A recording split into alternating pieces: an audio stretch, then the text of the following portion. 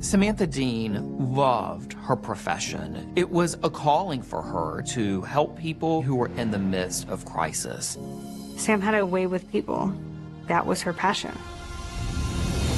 A tragic discovery. The sheriff's office! She was shot 3 times with a small caliber weapon. A secret romance. They asked me if I knew who the father of Samantha's baby was, and I did not know. A web of lies. The motive was just really, really crazy in this case. Did he tell you who actually pulled the trigger? But is it business? Was she killed because of her job? Or a killer relationship? You tell me, how do you forgive? Tenacious, determined, strong. These are just some of the words used to describe Samantha Dean. When Samantha's in 6th grade, she writes in her journal that she wants to become a police officer so she can go out and help others. It becomes her mission to make sure those in need feel safe. But Samantha's mission is cut short when at 29, she's found dead, miles from home. And the horrific truth about what brought her promising life to an end shocks a city and rattles the law enforcement community.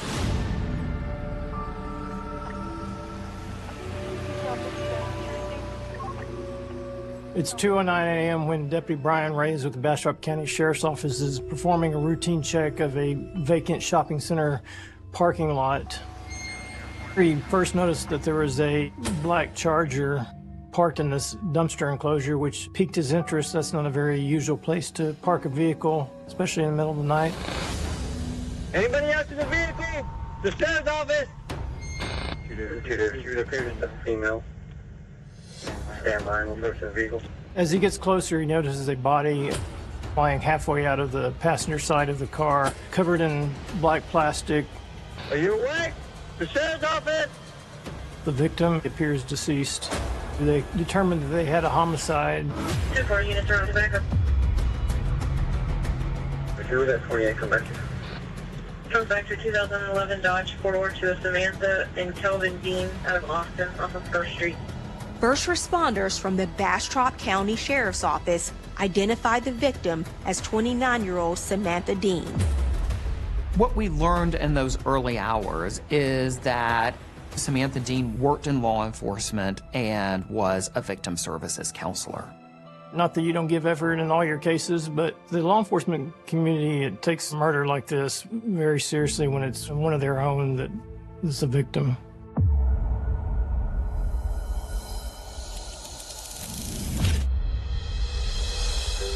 From the moment she was born on May 12, 1985, near a military base in Nuremberg, Germany, Samantha Elizabeth Dean is full of surprises.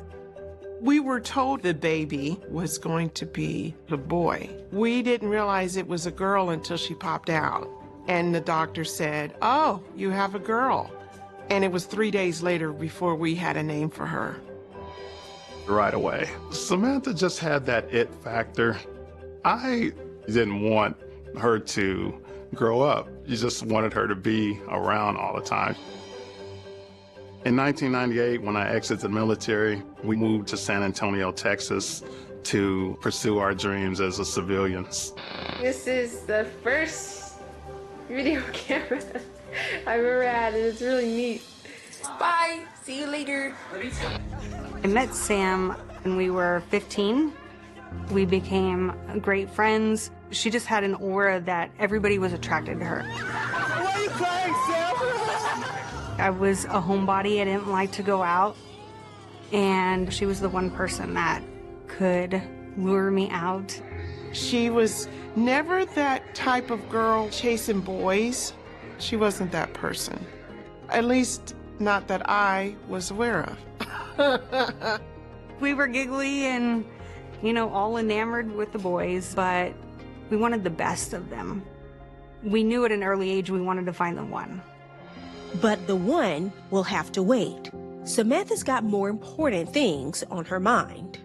When she was in 6th grade, she said she wanted to become a police officer. When she told me that she wanted to be a police officer, it was not a surprise. because Sam has a way with people and speaking to people and de-escalating situations and just connecting with people. And I knew that she would be amazing at it. When she graduated in 2003, she settled on University of Texas in San Antonio. But during her freshman year, 18-year-old Samantha starts to feel chronic and unexplained pain. She was having some difficulty being able to really move her left arm, and it started to get stiffer. It got to the point where she couldn't move it anymore. And we found out that she had sarcoma cancer in her left elbow.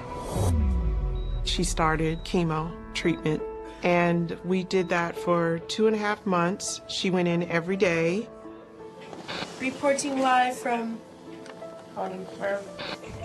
Methodist Ambulatory Surgical Hospital. This is my 3rd operation on my elbow. You see my pretty machine? She had that fight in her. It was going to be challenging, but it was not a doubt in her mind that she was going to beat it. And she does beat it.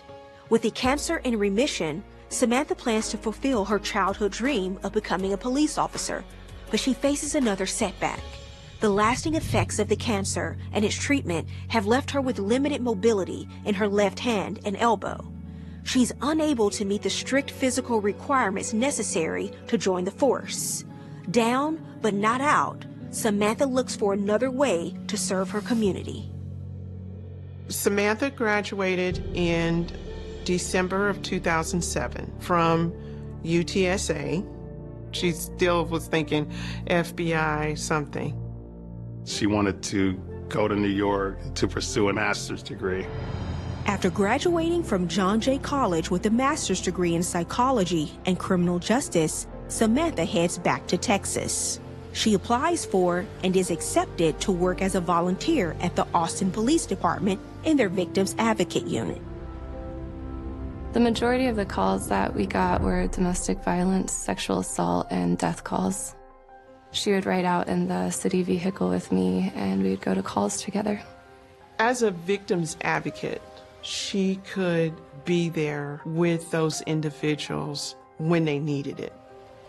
In 2012, Samantha is offered a full-time job at the Kyle Police Department, half an hour south of Austin, as their first victim services advocate.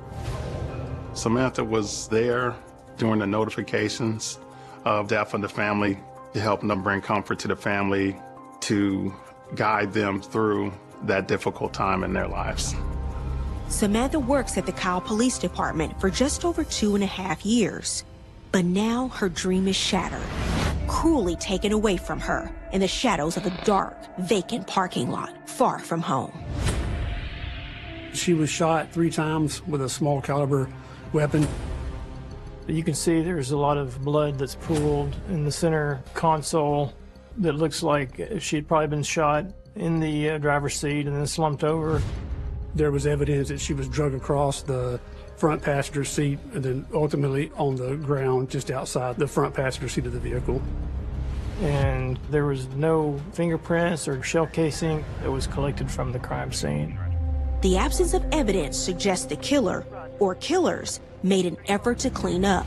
But what they left behind piques investigators' interest. There was some marijuana placed in the vehicle that was sitting on top of the blood rather than blood being on top of it. So it was obvious that that was placed down after the crime had occurred. So it appeared that the crime scene was staged to kind of make it look like a drug deal had gone bad or something to that nature. Also, they found in the center console an ATM receipt that showed a withdrawal for $100 earlier that same night and approximately $100 in cash in the center console. The ATM receipt told us 9:36 p.m. she was at the Valero gas station at William Cannon and I-35. And that was significant because it gave them a starting point to go back to that store and get surveillance video. And what the investigators find next might provide valuable answers. There was a phone found inside her vehicle that was her personal phone. The initial thing was to get into that phone and figure out who she was communicating with. And there is something else. When examining Samantha's body, the investigators realize there is a second victim. Samantha, it appeared, was pregnant. It's bad enough that you got a woman, prime of her life, senselessly murdered. You got a baby that didn't even have the opportunity to live life yet, that was also taken. One of the first things we'd want to do is determine, who the father of that child is and where are they and what role does that person play in Samantha's life. We had a relationship based on sex. The thing about her job is that it put her in proximity to people who were often violent offenders. My phone dinged and it said, "I got her, I'm coming for you." I just felt my heart drop through my stomach. And I remember thinking, who is screaming like that? And then I realized it was me.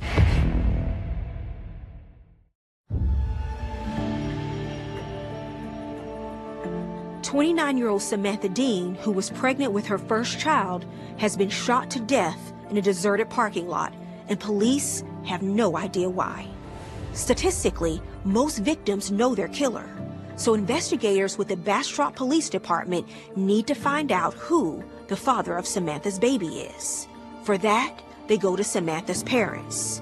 But first, investigators have to break the unimaginable news that their daughter has been murdered. When they notified me, I didn't quite understand what they were saying. Did I just not hear them correctly? Because it didn't register right away. I go to work Wednesday morning. Two ladies from our human resource office area, they come in and they're asking me to come upstairs. We go up to one of the conference rooms. I see my husband, and then I saw a lady. And she had on the same kind of clothing that Sam would wear as an advocate. All I remember is her saying Sam's name, and then I remember hearing murdered, and I remember hearing screaming. And I remember thinking, who is screaming like that? And then I realized it was me.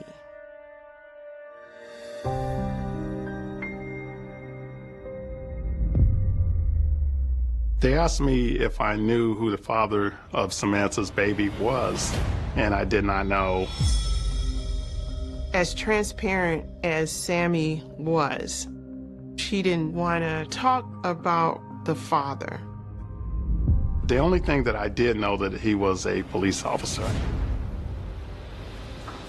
Samantha may not have told her parents who the father of her baby was, but investigators are hoping she confided in friends or coworkers. Detectives had me come to the Special Investigations Unit at Austin Police Department to ask me questions. And I told them sometime in August, she showed up to the door. I let her in, and as soon as she walked through the threshold of the door, she just started sobbing and told me that she was pregnant. And she said she was embarrassed to tell me because I knew who the person was that she was pregnant by. And it just immediately clicked for me that it had to be Vontre Clark, because that's the only person we have in common. I knew who it was. I didn't have to ask. It was Vontre. Vontre Clark is a 33-year-old police officer at the Austin Police Department. He and Samantha met 6 years earlier when they were both employed at a pharmaceutical company. It started as a friendship with them and just spurred into a relationship. They got along really well, but it wasn't something that was out in the open either, because he was dating someone else as well. She was very clear that it was not the situation that she wanted, but she had been a cancer survivor, and after the radiation and chemo, she didn't know she'd have the opportunity to be pregnant again, and so she was going to keep it. And knowing Clark, I just thought He doesn't want her to do this because his girlfriend is going to find out. That information was passed on to Bastrop County, and that's initially what spurred Bastrop County to bring Vontre in. And you work for the city of Austin. How long you been with APD? Almost 3 years. First and foremost, my condolences. I know you told me a little bit on the phone that she was carrying your baby, so my condolences. But with that said, tell me, how long have you known her? I've known Sam for 6 years, maybe 7 years. We used to work together at a different company. We didn't have a relationship, like we didn't hang out. We didn't date or anything. We had a relationship based on sex. Vontre had been living with another woman, and for several years they had a child together, and were also raising another child that Vontre had previously with another woman. When we got pregnant, she told me she was in love with me. But I didn't feel the same way. We had an argument that at that point we stopped talking for a while. And this happened the night before last. Can you remember what you were doing? Yeah, probably 8:30 is probably about the time the kids go to bed. So about 9 or so, 9:30, I left because in my current relationship, we're going through problems. So I left. I went to the school. We have a school right across the street. Chilled in my car, walked around for a little bit, and I ended up going to the police station. What'd you do there? I read a report. About what time do you think you got there? Around 11:45. How long do you think you guess you stayed there? 30 minutes. 30 minutes. What'd you do after that? I went home. Bastrop County detectives work on corroborating Vontre's alibi. They pull surveillance cameras and entry records from the Austin PD South Station. Sure enough, cameras catch Vontre arriving around 12:11 a.m. and leaving at 12:40 a.m. But the hours between 9 p.m. and midnight are completely unaccounted for. Investigators believe Samantha was shot shortly after 10 p.m. That's a pretty big window of time to be able to commit this crime. Since Vontre is now connected to the investigation, he is placed on paid administrative leave as standard procedure. And when the press gets wind of the fact that a police officer might possibly be connected to Samantha's case, the story blows up. Tonight, investigators are trying to figure out who murdered a member of the Kyle Police Department. She was an outstanding asset to our community. Her life was taken too soon. This became a very intensely followed story in Austin, and to have a police officer now tied up in this huge investigation absolutely changed the scope of everything. As media attention grows, so does the pressure on law enforcement to solve the case. By now, investigators have been able to pull security footage from the Valero gas station where Samantha withdrew $100 at 9:36 p.m. At the same time, Vontre Clark said he was taking a walk in his neighborhood. The surveillance video showed she came into the store by herself. She goes directly to the ATM, makes the cash withdrawal, and immediately leaves the store. The surveillance video doesn't offer any additional clues, but 5 days after the murder, Samantha's phone records are now back from the crime lab. We started going through a lot of the phone records and really starting to put the pieces together. The data shows that while Samantha was traveling to Bastrop from Austin, she received a text from an unknown phone number. That was the very first time we could find that she's ever communicated with that number. Investigators need to know, who does that number belong to? While the Bastrop Sheriff's Office follows that lead, Stephanie Burgess, Samantha's friend and fellow victims advocate at Austin PD, gets a startling text. My phone dinged and I looked at it and it was a number I didn't know, and it said, "I got her. I'm coming for you. I'll show you what a crisis is." And I just felt my heart drop through my stomach and I just started shaking. Oh my God, is there some killer out there targeting victim services counselors?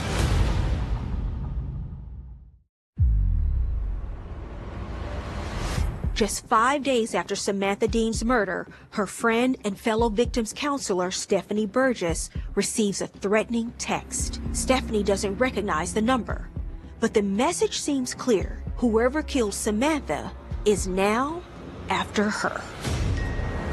That message came to Stephanie's personal number. We want to know who would have had that number and how the person who sent that message would have got it.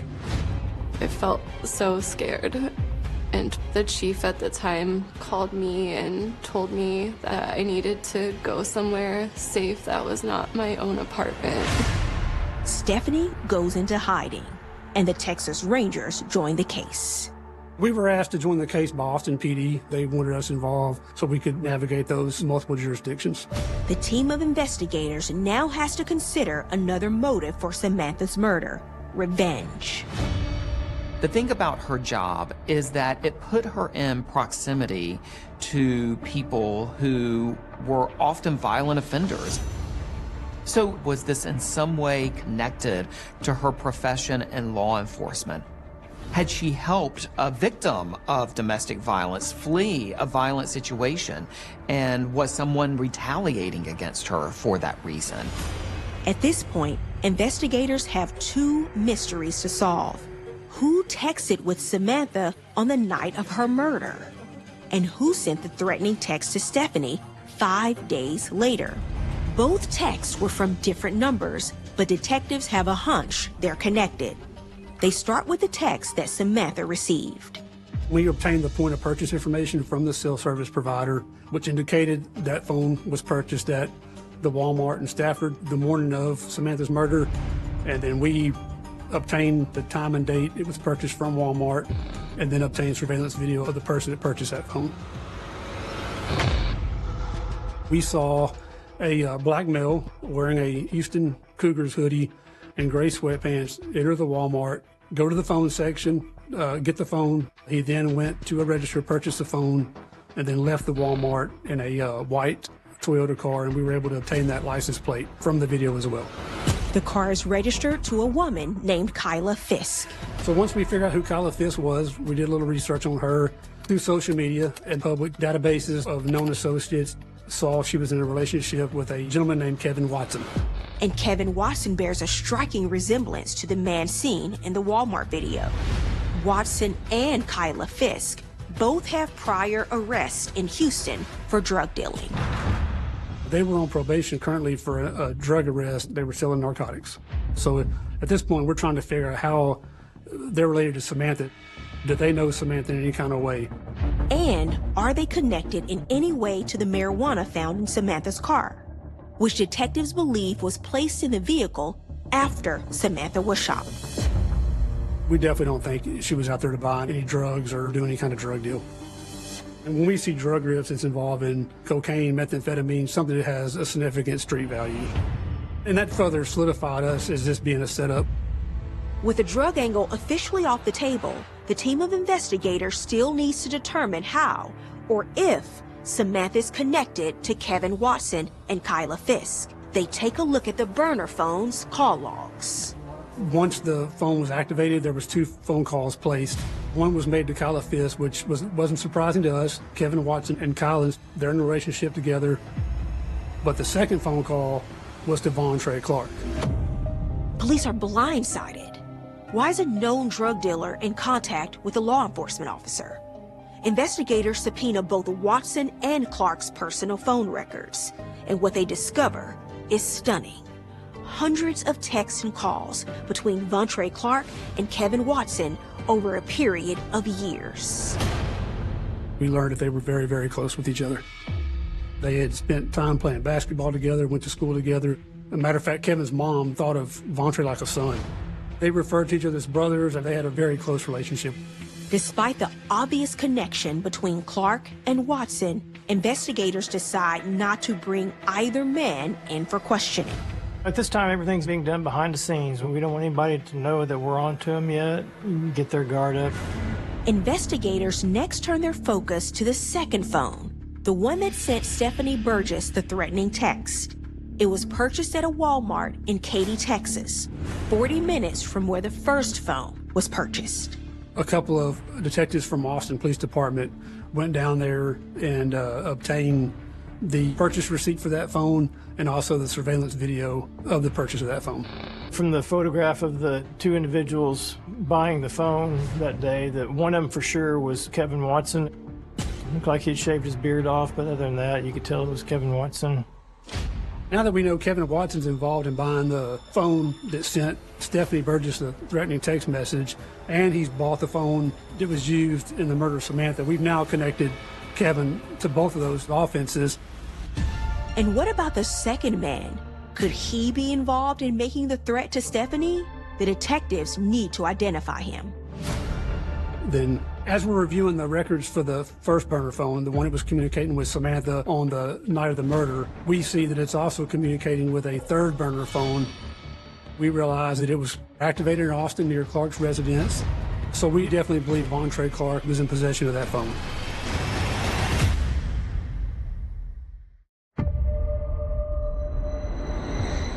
Investigators in the murder of Samantha Dean have used geolocation data to place a burner phone in the hands of Vontre Clark, but the mystery only deepens from there.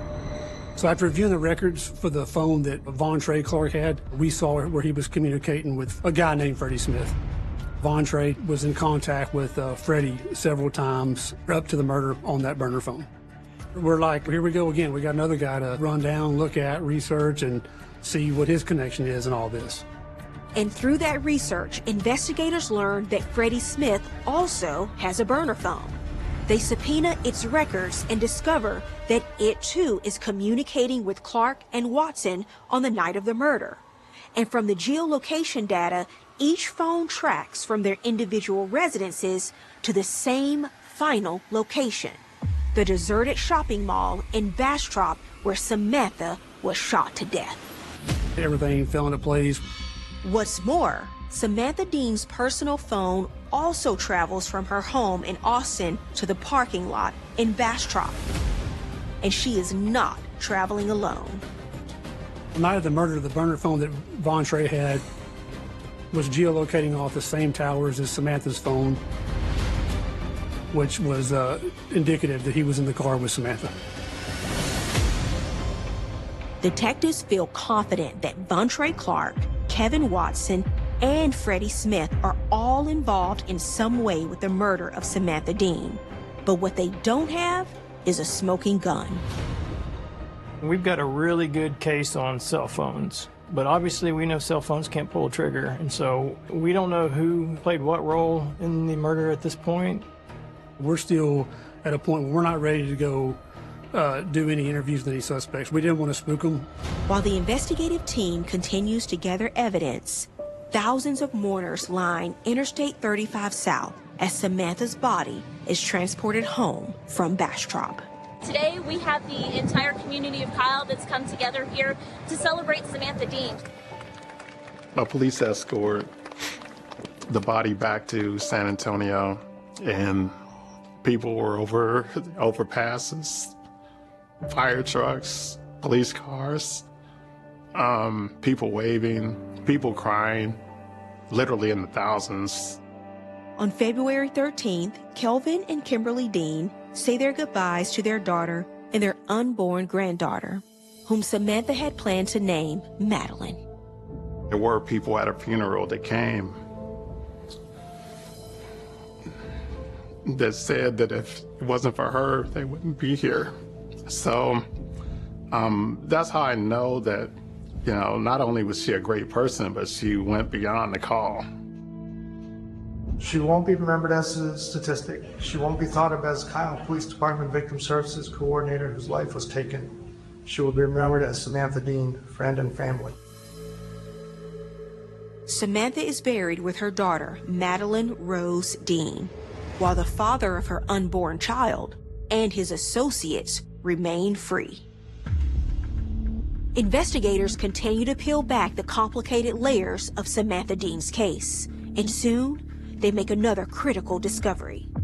The mysterious man who was with Kevin Watson on the day he purchased the phone that sent the threatening text to Stephanie Burgess has finally been identified.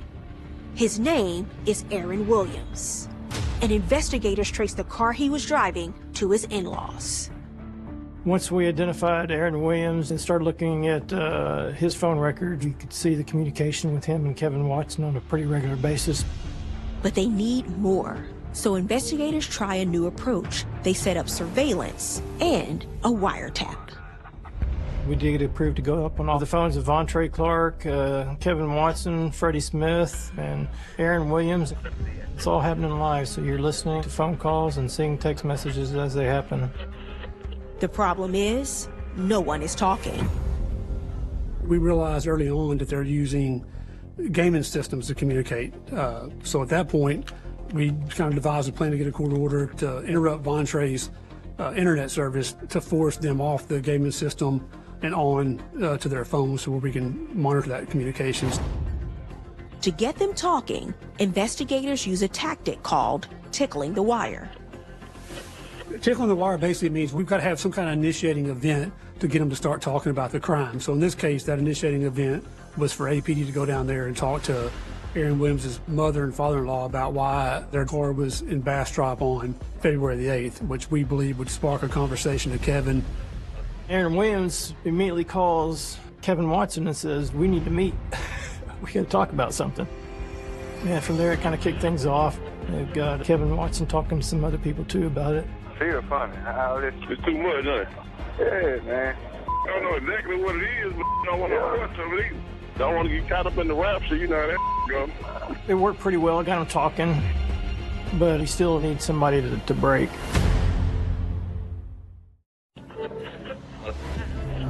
Investigators in the murder of Samantha Dean catch a break while listening in on a wiretap of Aaron Williams and Kevin Watson. In one conversation, Aaron anxiously tells Kevin that they have to meet in person to discuss an important matter.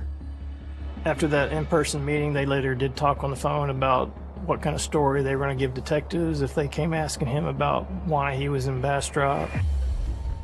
And then you learn a little bit about them from their conversations, and it becomes pretty obvious that Aaron Williams is really no criminal. And so ultimately that's who Brent and I focused on. The Rangers agree. It's time to start moving in. They bring Aaron Williams in for questioning. We quickly let him know that this was regards to a murder case. And that's when Aaron Williams became very uncomfortable, became very upset, realizing that he had gotten himself into something that he probably shouldn't have, but he still didn't want to give us any information. The Rangers are able to hit Aaron Williams with a charge called retaliation because he was present when Kevin Watson bought the phone that sent Stephanie Burgess the threatening text. They hope a stint behind bars will give him time to consider his future and incentive to talk. While Aaron simmers in jail, the surveillance finally pays off when Rangers observe Kevin Watson showing up at Freddie Smith's house. He's over there for a little while, and they both get in the car and leave together. And so we had Houston Police Department conduct a traffic stop on Kevin Watson and Freddie Smith after they left his house. They found a fair amount of drugs in the vehicle. They were both placed under arrest by Houston Police Department for possession of narcotics. The pieces of the puzzle are falling into place, but investigators still don't have enough to charge Vontre Clark with anything. Then a call comes in that changes everything. We got a phone call from Aaron Williams' attorney advising that he wished to now tell us what he knew. Did he tell you he went to Bastrop that night? Yes or no? Yes. What did he say happened? Who went with him and what happened? Freddie went, and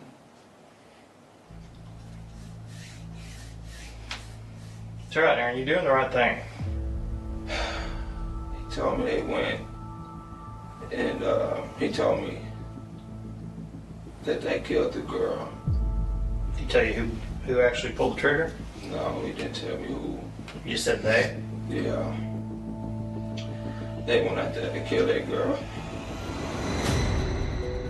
Aaron Williams had told us about how Vontre Clark had gotten a girl pregnant in Austin, and she did not want to have an abortion, and he didn't want her to have the baby, and he needed this girl gone. Vontre was in a relationship So Vontre did not want her to know about him getting Samantha pregnant. He was not going to be able to hide this any longer if she was going to seek child support. And so Kevin and Freddie had been paid by Vontre Clark approximately $5,000 each to help Vontre murder Samantha Dean. The pressure is mounting, with Freddie Smith and Kevin Watson behind bars and Aaron Williams singing like a bird. It looks like they're closing in on Vontre Clark, but justice will have to wait. An interview had been set for Vontre Clark to sit down with internal affairs investigators from the Austin Police Department who were investigating his conduct. There's a time, date, and place for the interview, except there's one problem. Vontre Clark has skipped town. Vontre Clark is likely in West Jakarta, Indonesia, disobeying direct orders to stay in the U.S. to cooperate with investigators. Get back on that plane and come back here to Austin. If you're innocent, prove it. That's when pretty much all hell broke loose. And at that point, I just lost everything because I assumed that he was just gone. I just knew it. I knew he was gone.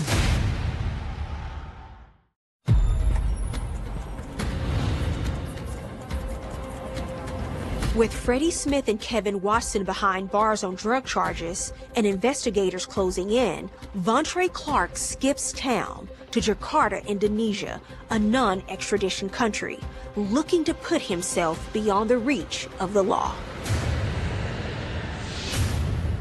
Just because a country is a non-extradition country doesn't mean they can't extradite you. In this case, I'm sure Indonesia was not in a big hurry to be harboring a fugitive from the United States as wanted for murder.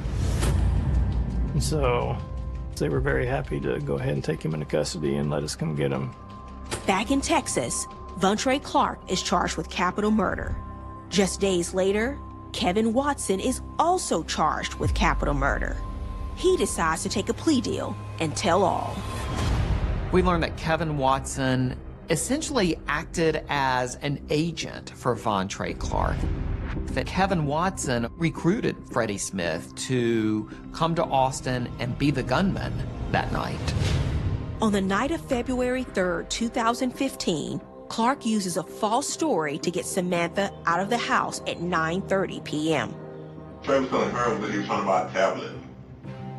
And so his thing was picking up the money for the tablet. And that's why they were going to the ATM.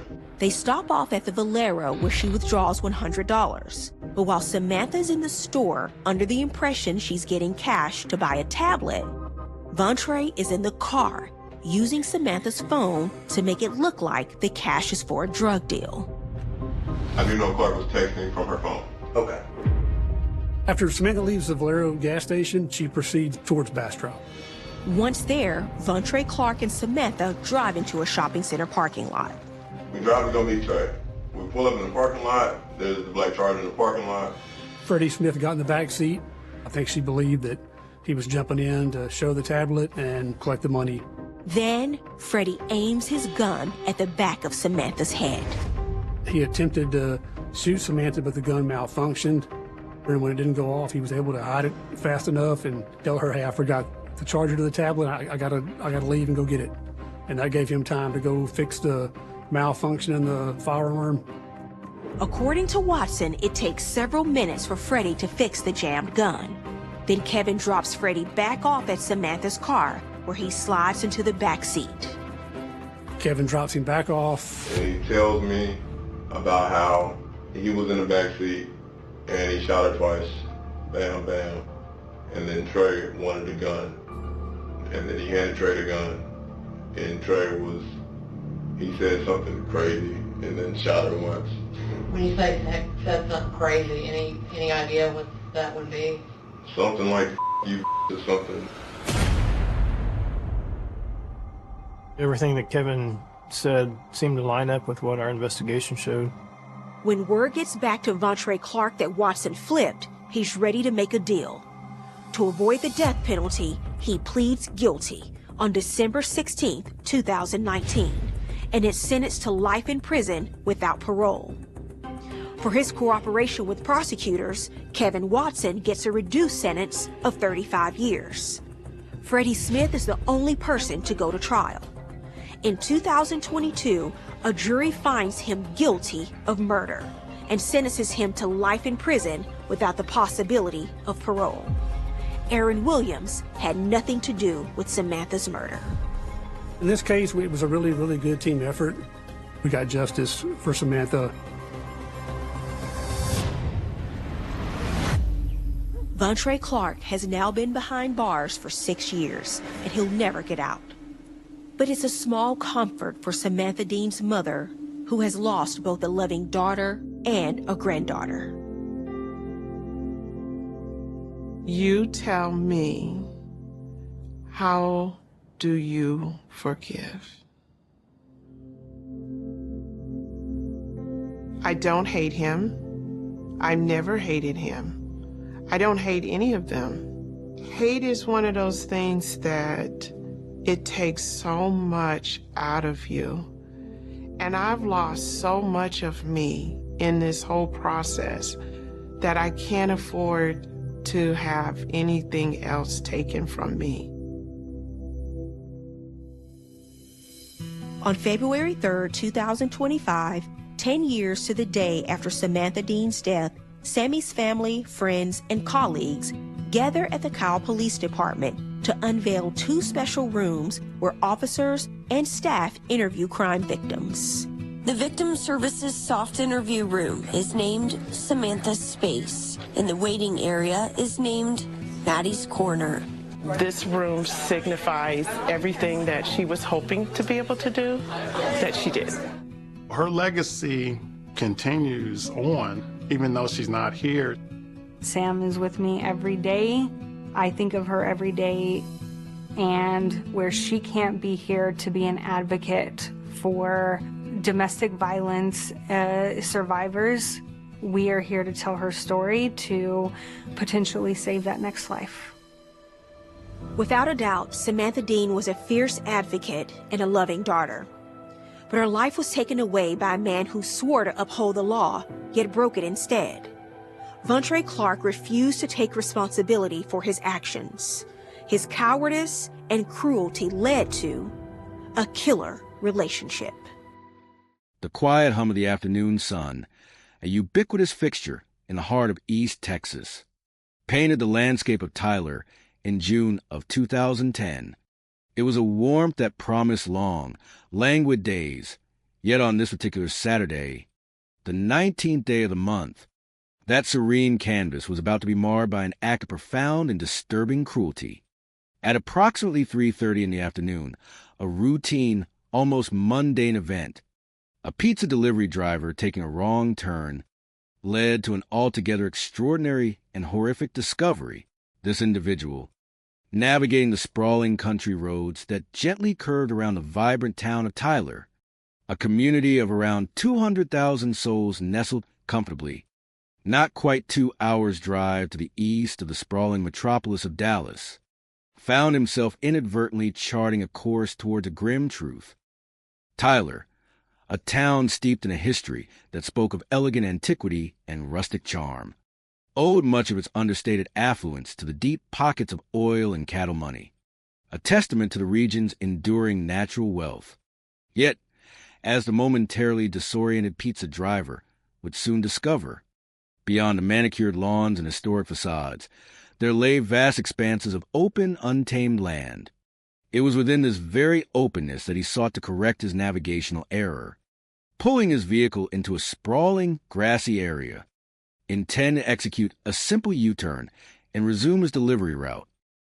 As the vehicle slowed, the driver's gaze, perhaps idly scanning the roadside for familiar landmarks or simply absorbing the quiet beauty of the East Texas scenery, snagged on something undeniably amiss. A sight that simply did not conform to the expected rhythm of a pastoral afternoon. There, nestled incongruously along the roadside, lay an object, an indistinct, peculiar heat that stirred a nascent curiosity within him, a curious unease that compelled him to act. The delivery driver, a professional focus on the timely completion of his duties, nonetheless felt an overriding impulse to stop his car, to quell the burgeoning question in his mind and to investigate this unusual anomaly. It was not until he had fully exited his vehicle, the mundane scent of car exhaust giving way to the earthy fragrance of the East Texas soil, that the full, sickening reality of his discovery dawned upon him. The odd heap, initially a mere curiosity, coalesced into a form that ignited a profound and chilling suspicion within his gut. It was a human body. The realization struck with the force of physical blow, transmuting curiosity into stark terror. Without a moment's hesitation, the delivery driver retreated to the safety of his car, his hands, no doubt trembling, reaching for his phone to dial the emergency services. Deputies from the Smith County Sheriff's Office, their professionalism a reassuring balm against the burgeoning horror, descended upon the scene within mere minutes. Their trained eyes, accustomed to the raw edges of human tragedy, swiftly confirmed the pizza driver's sickening suspicion. The inert form at the side of the road was, beyond any shadow of a doubt, a deceased human being. The victim was identified as an African-American woman, estimated to be somewhere between the tender age of 18 and the slightly more mature age of 34. However, the initial visual assessment presented a formidable challenge to the deputies. The condition of the body, even at this preliminary stage, made it abundantly clear that further identification would be an arduous and demanding task. The macabre reason for this immediate challenge was brutally apparent. The body had been burned, not merely discolored or scorched, but significantly charred, her features distorted beyond immediate recognition. Furthermore, there was an absence of any immediate identifying information. No wallet, no purse, no personal effects that might offer a quick pathway to her name. The desolate nature of the discovery, stripped of identity and ravaged by fire, amplified the mystery. Who was this woman? Why had she met such a cruel end? And by what chilling series of events had she come to rest upon the forgotten edge of a lonely country road? These questions hung heavy in the stifling East Texas air, devoid of immediate answers. No one, at that initial moment, possessed even the faintest glimmer of insight into the grim tableau. Yet, as the relentless wheels of justice and investigation began to turn, a singular, profoundly unexpected truth would emerge. The key to unlocking this harrowing mystery would ultimately lie with an individual whose life, on the surface, appeared remarkably ordinary, a middle-class mother of four, known to the world as Kimberly Cargill. It was an astonishing revelation, suggesting a hidden depth of darkness beneath a meticulously constructed facade of normalcy. To truly comprehend the intricate web of this narrative, we must first trace the seemingly unremarkable path of Kimberly Pitts. Born in the year 1966 in the verdant landscapes of Mississippi, her formative years in that state were brief, for she was still a little girl when her mother and stepfather, seeking new opportunities or perhaps simply a change of scenery, relocated their family to the Lone Star State. It was in Texas that Kim Cargill, as she would later be known, truly grew into her own. Her youth unfolded within the sprawling, dynamic expanse of the Dallas-Fort Worth Metroplex, specifically within the thriving and increasingly affluent community of Richardson. Richardson, an undeniably popular and upwardly mobile suburb, offered its residents a quality of life characterized by prosperity and opportunity. Kimberly, by all outward appearances, seemed to slot seamlessly into this environment. She was, from a young age, a good student, a testament to her inherent intelligence and application. Beyond academics, she distinguished herself as a cheerleader, embodying the popular, vivacious archetype of her generation. She cultivated an image of being very outgoing, possessing what many described as a truly bubbly personality, a trait that rendered her engaging and likable to those around her. This initial portrayal, this bright, effervescent persona, is crucial, for it lays the foundation of the Jekyll half of the personality that would later be scrutinized. However, beneath this veneer of academic competence and effusive social grace, There were early indications of a different trajectory. Despite her aptitude as a good student, the bubbly cheerleader, after the pomp and circumstance of graduation, made a conscious decision to opt out of the conventional path of higher education. Instead, she embarked upon a more immediate personal journey, choosing to get married and swiftly thereafter to have a baby.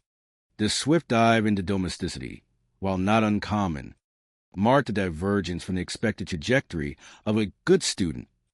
There was undeniably a genuine love of kids, a maternal instinct that she readily displayed, at least initially. This love for children would, ironically, become a deeply tangled thread in the later tragedy. Yet, the idyllic tableau of newlywed bliss and burgeoning motherhood proved to be as fragile as it was. Hastily constructed, the love between Kimberly and her first husband, for reasons that will become clearer through her subsequent patterns of behavior, simply did not endure. Observers would later characterize her as a person whose modus operandi was inherently rigid. It was quite unequivocally her way or no way.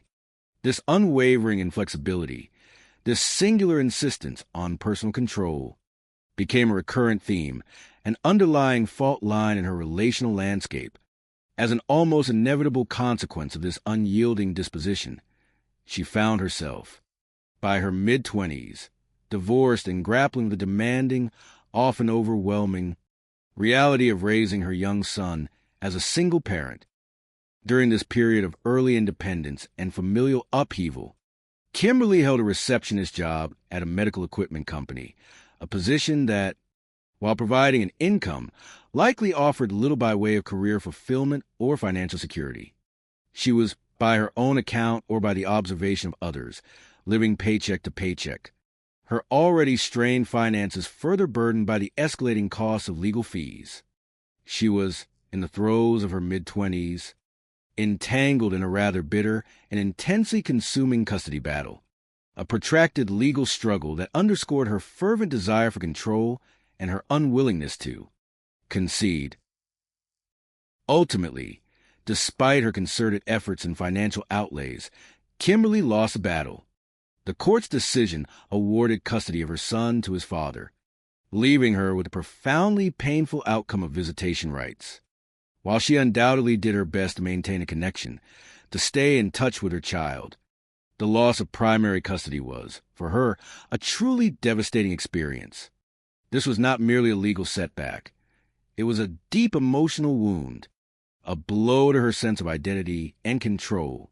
It foreshadowed a pattern, a series of losses that would cumulatively fuel a growing resentment and an increasing need for absolute dominion over her life and those within it. It was against this backdrop of personal devastation and emotional vulnerability that a new chapter began to unfold. In October of 1992, a mutual friend, perhaps sensing her need for distraction or companionship, introduced her to Brian Cargill. For Kimberly, the prospect of a new relationship, a new beginning, offered a welcome diversion from the gnawing pain of her recent custody loss. Brian recounts their initial meeting with a certain warmth, describing it as a blind double date that unfolded pleasantly, leading to a really nice time that night.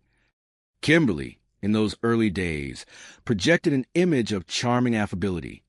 She came across as very nice and friendly, possessing a highly gregarious nature, an almost magnetic quality that ensured her presence was immediately acknowledged and felt in any room she entered. She had a way, as Brian recalled, of kind of letting everyone know that she was there. The spark between them ignited quickly, leading to a whirlwind romance. Within a remarkably short span of time, roughly 3 months into their courtship, Kimberly became pregnant. This pivotal event undeniably altered the trajectory of their relationship, effectively dictating the circumstances under which they chose to formalize their bond. Those were the circumstances under which we got married, Brian candidly stated, highlighting the rapid, perhaps even forced, progression of their commitment. Kimberly soon gave birth to Brian's son, marking the arrival of her second child. However, The domestic bliss that one might expect with a new baby and a newly established marriage proved to be painfully fleeting. Brian's account paints a picture of rapid and alarming deterioration in Kimberly's demeanor. He vividly describes a transformation, asserting that soon after, she became utterly impossible to live with any longer. The amiable, gregarious woman he had initially been drawn to began to display a distressing pattern of behavior. She was highly impatient and irritable just at a moment's notice, and would sort of just snap. This marked an escalation of the her way, or no way, attitude noted in her first marriage, morphing into an almost volatile unpredictability.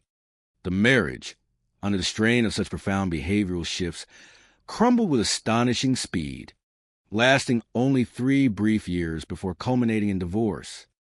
Kimberly, ever resilient and seemingly driven by an internal imperative to move forward, did not linger in the aftermath of her second marital dissolution.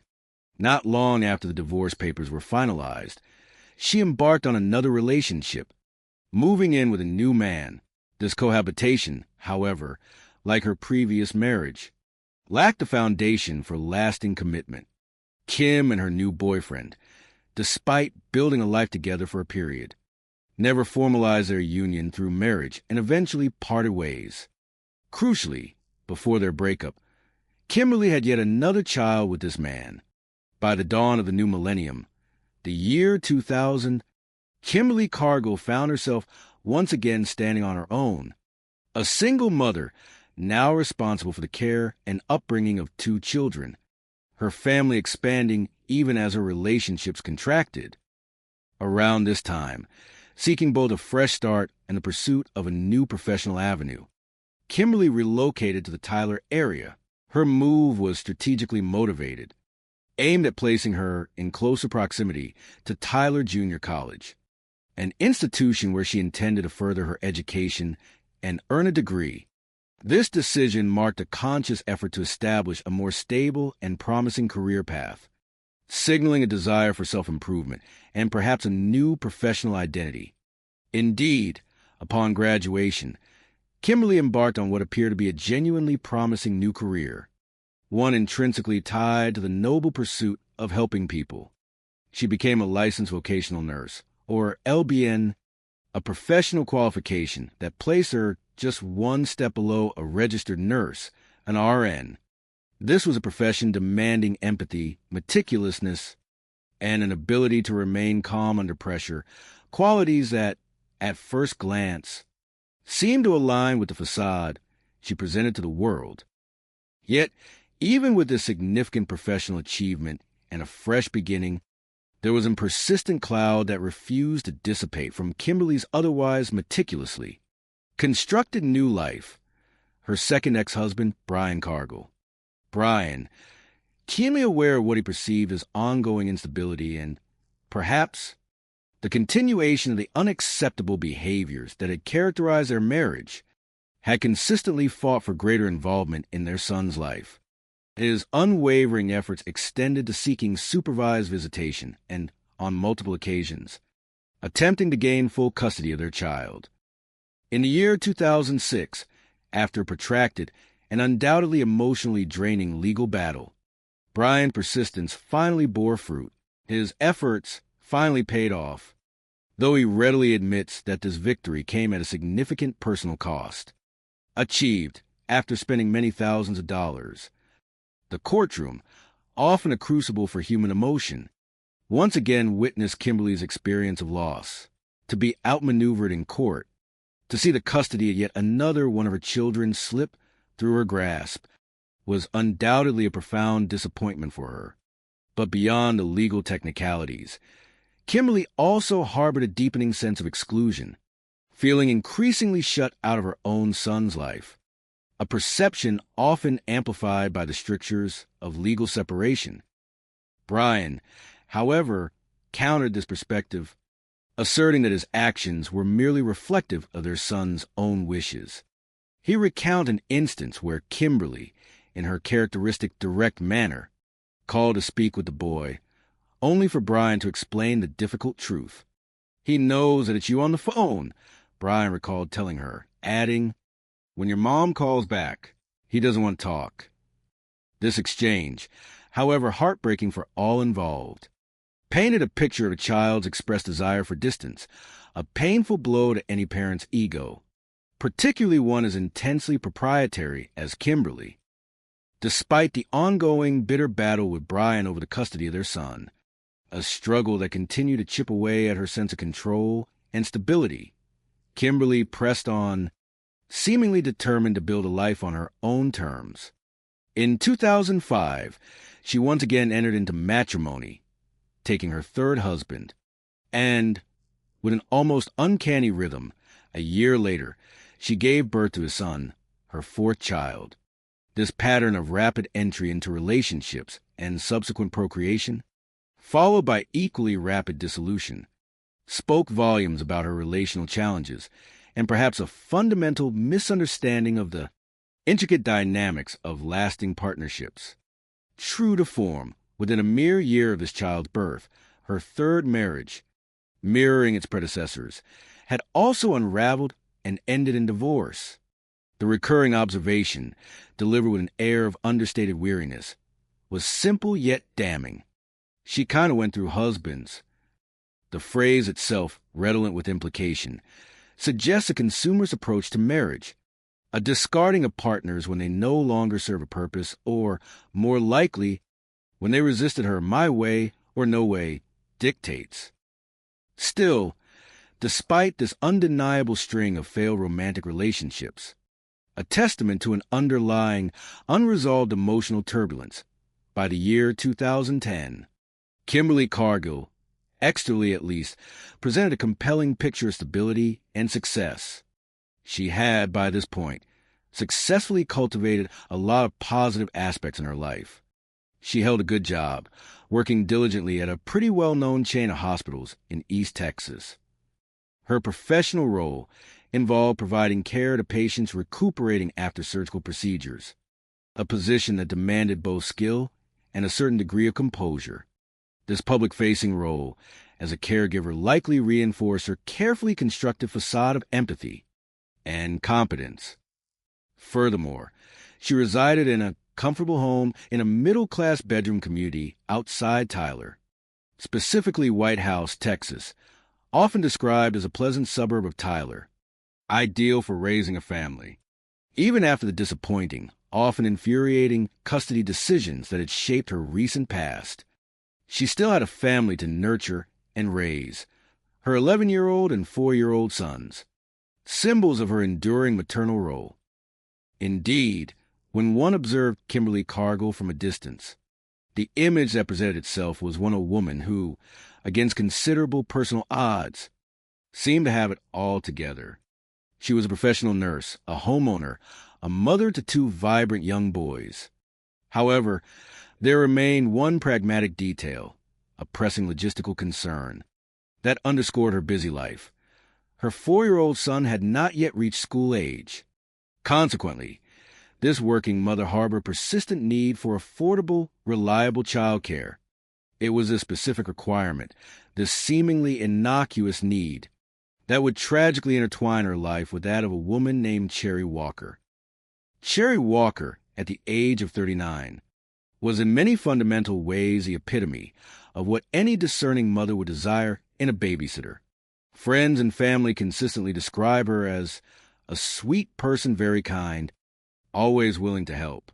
Her essence was often distilled into a poignant observation. She's a very kind of pure-hearted person. This innate goodness, this transparent kindness, was perhaps inherited from her father, a revered preacher in Tyler, Texas.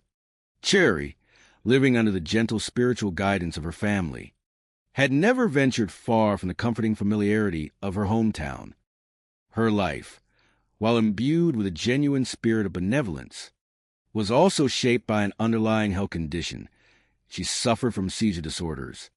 This disability, while significant, was meticulously managed through medication, which allowed Cherry to lead a relatively independent life. Her episodes, typically manifesting as shaking or quivering, were known to be triggered when she became upset, highlighting her inherent vulnerability and delicate emotional balance. Despite these challenges, Cherry harbored a strong desire for self-sufficiency. She secured her own modest one-bedroom apartment, meticulously furnished, and while she primarily subsisted on Social Security disability payments and financial support from her loving parents, she also sought avenues for further autonomy. To that end, she worked diligently at the local Goodwill, contributing to her community and earning a little extra income. Her life was characterized by its inherent humility, a testament to her simple needs and gentle spirit. Complementing her work at Goodwill, she also engaged in babysitting, leveraging her innate love for children to earn additional cash. Cherry's profound affection for children was a defining characteristic, and it was this very attribute that served as the initial, fateful bridge between her life and Kimberly Cargill's. In the year 2009, their paths converged. Kimberly, seeking the aforementioned child care, engaged Cherry's services to look after a young son while she was at work. Cherry quickly became deeply enmeshed within the Cargill family's needs, becoming buried in two different families, as one observer noted, dedicating more time and care to Kimberly's son more than she did anybody else. This professional arrangement quickly blossomed into a deeper emotional connection. Cherry, with her pure and open heart, truly bonded with the little boy, fostering a close relationship and loving him as one of her own. The description of Cherry, universally acclaimed as a wonderful, caring, kind, open-hearted person, stood in stark contrast to the complexities and guarded nature that would soon be revealed in Kimberly. However, a poignant and deeply unsettling question would soon emerge, cutting through the initial impressions of her unwavering dependability. Was Cherry truly dependable? Because on the evening of June 18, 2010, Cherry Walker, this sweet, pure-hearted woman, would abruptly and tragically disappear. The quiet, almost forgotten stretches of rural roads just outside Tyler, Texas, became the canvas for unspeakable horror at approximately 3:30 in the afternoon of June 19, 2010. It was then, as we recall, that the lost pizza delivery driver made his shocking discovery. The image seared into his memory, what appeared to be a badly burned body. The instantaneous horror of the sight, the visceral recognition of unnatural death, compelled the driver to immediately place a desperate call to 911. Within minutes, the tranquility of the countryside was shattered by the arrival of Smith County Sheriff's deputies, their flashing lights a stark beacon against a verdant backdrop. They were met with a scene that presented an immediate and profoundly disturbing mystery.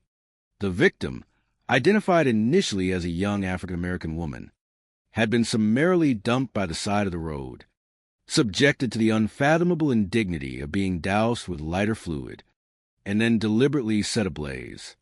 The state of the body was grim beyond words, very badly burned, really scorched, rendering any immediate identification impossible. There was no wallet, no purse, no identification at all, erasing any quick path to who this person was. It was as if her identity had been willfully annihilated, scorched from existence. Yet, even in the midst of such widespread destruction, the meticulous, often unforgiving, gaze of forensic investigation can yield astonishing insights. As the coroner's personnel, with their grim and respectful duty, arrived to remove the remains, investigators, with trained precision, conducted a thorough sweep of the immediate vicinity, and it was there, crumpled almost insignificantly in the roadside grass, that they discovered a single, seemingly minor clue. It was an empty, single-serve cup of coffee creamer, an innocuous, disposable item that, against all odds, had remained still intact, a testament to its resilience in the face of such fiery devastation. Everything was burned except for this piece of evidence, observed the source, highlighting the profound anomaly of its survival. This small, unblemished object, the coffee creamer cup, was immediately bagged as crucial evidence and dispatched to the crime lab for rigorous analysis. Meanwhile, The ravaged remains were carefully transported to the Smith County Medical Examiner for the grim, yet essential, process of autopsy. Determining the precise cause of death proved to be a daunting challenge, complicated by the horrific condition of the body. The pathologist couldn't really pinpoint how it happened, a common difficulty in cases where bodies are extensively decomposed or, as in this particular instance, severely burned.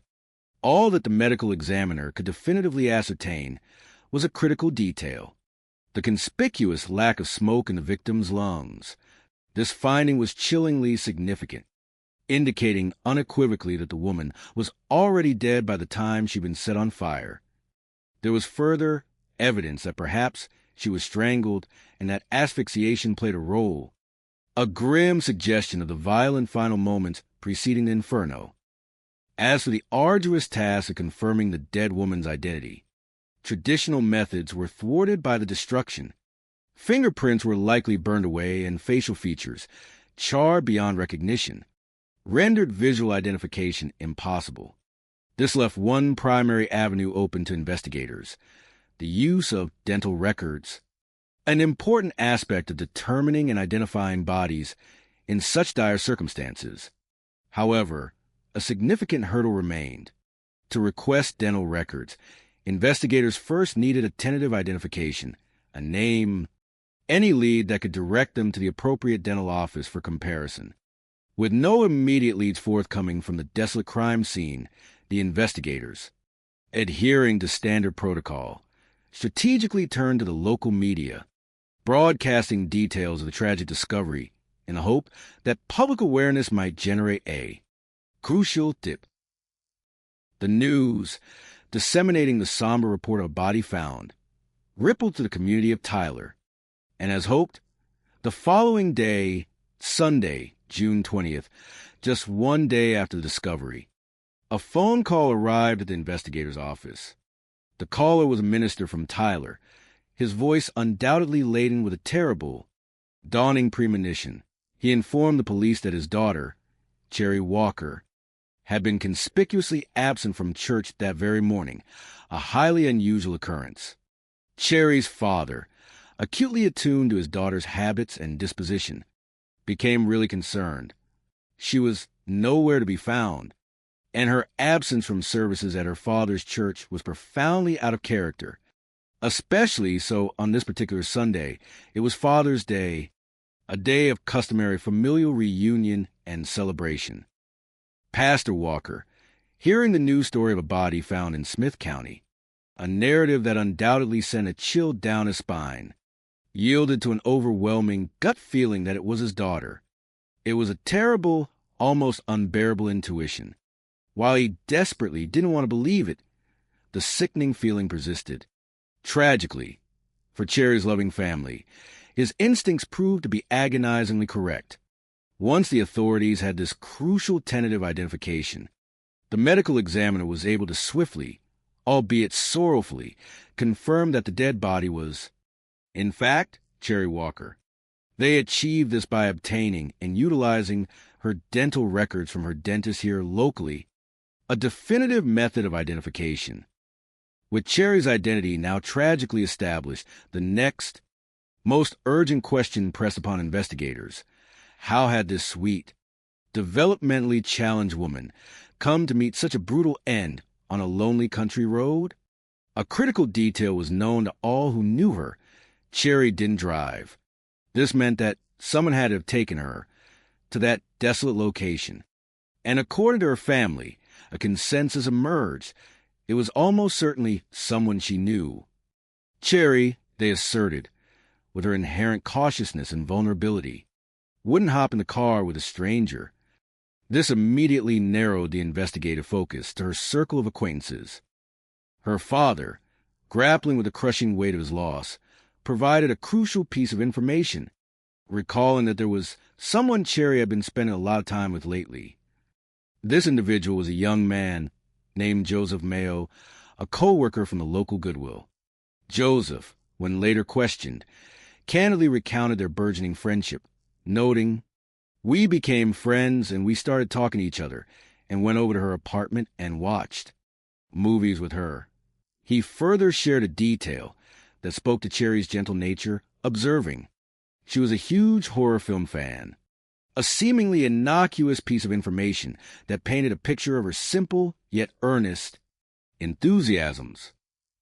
Acting swiftly on this lead, investigators descended upon Joseph's door within hours of receiving Pastor Walker's information. Their approach was direct, authoritative.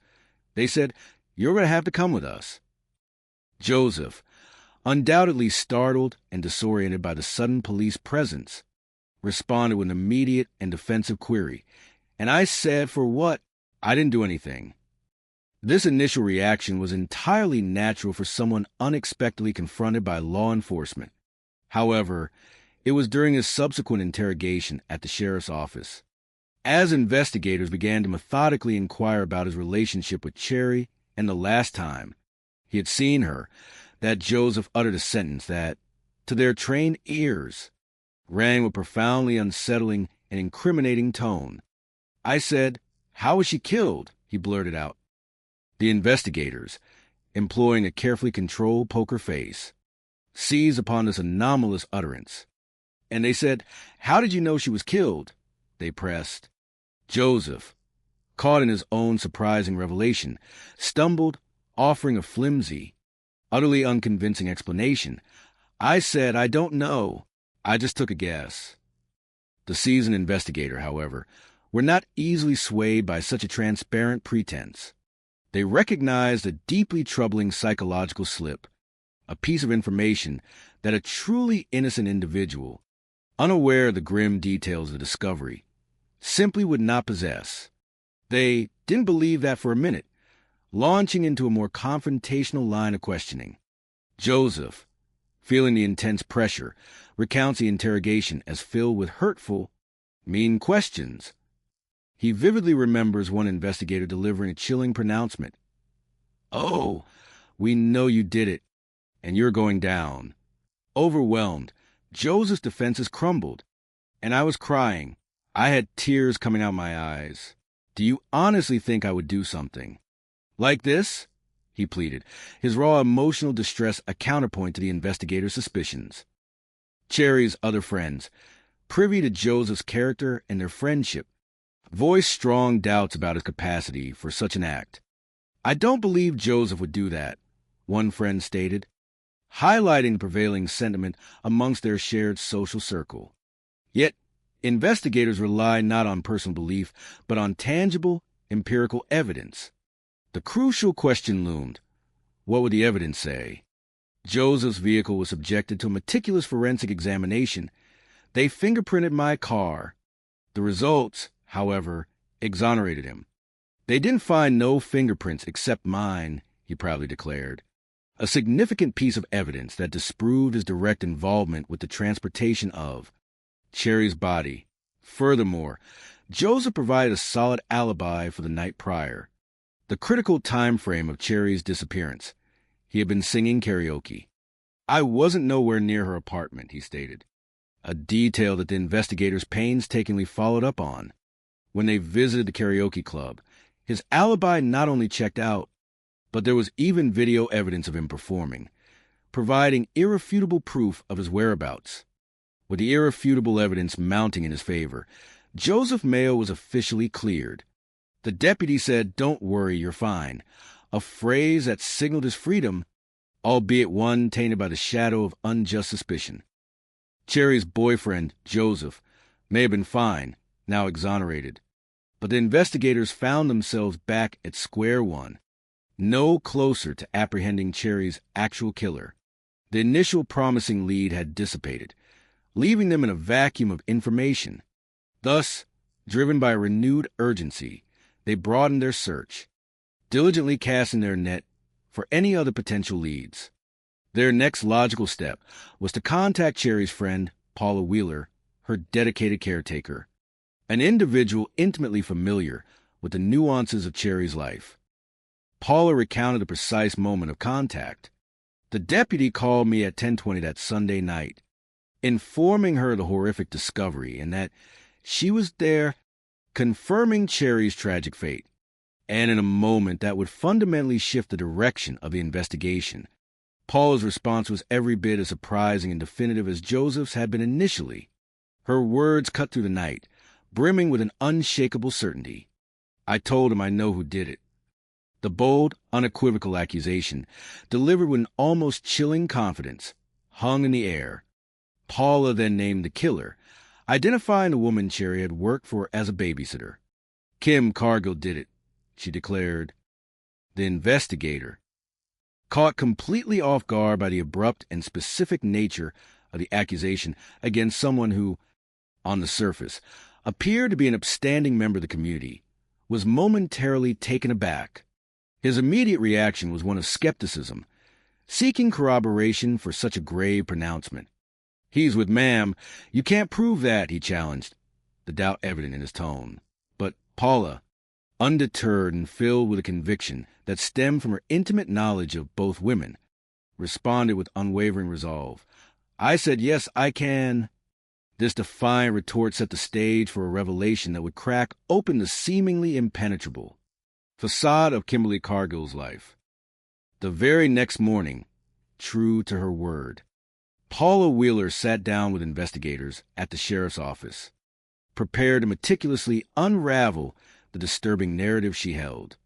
Her story, she explained, revolved around a fundamental vulnerability of Cherry's disability. According to Paula, Cherry's seizure disorders, while a significant health concern, represented only a small part of Cherry's disability. The more profound and, tragically, more exploitable aspect of Cherry's condition was her cognitive state. "She's a mental challenge. She's just like a little kid," Paula empathetically stated, clarifying that Cherry possessed the mental capacity of around a 9-year-old child. This meant that Cherry, despite her chronological age, possessed a profound innocence and a corresponding inability to fully grasp complexities and manipulative machinations of the adult world. There were, Paula explained, a myriad of things Cherry simply couldn't do for herself. This essential need for assistance was precisely how Paula knew Cherry and why she was intimately aware of her life's details. A local social service nonprofit, recognizing Cherry's unique needs, had hired Paula specifically as Cherry's caretaker. Her responsibilities were comprehensive and nurturing. I had to teach her how to live on her own. I had to teach her a phone number, her address, teach her how to cook. Paula's dedication extended to daily contact, as she would consistently call Cherry every evening to remind her to take her meds, a critical routine for managing her seizure disorder and maintaining her fragile independence. It was this deep and sustained familiarity with Cherry's childlike nature and her inherent forgetfulness that formed the basis of Paula's shocking allegations against Kimberly. According to Paula, Kimberly, far from recognizing Cherry's vulnerabilities as a cause for compassion, had instead seen them as a distinct advantage, particularly when it came to her babysitting. Paula made a series of damning accusations, alleging that Kimberly had frequently taken advantage of it. The exploitation, she claimed, was primarily financial. The majority of the time Kim did not pay Cherry, Paula asserted, a callous disregard for the agreed-upon arrangement and for Cherry's livelihood.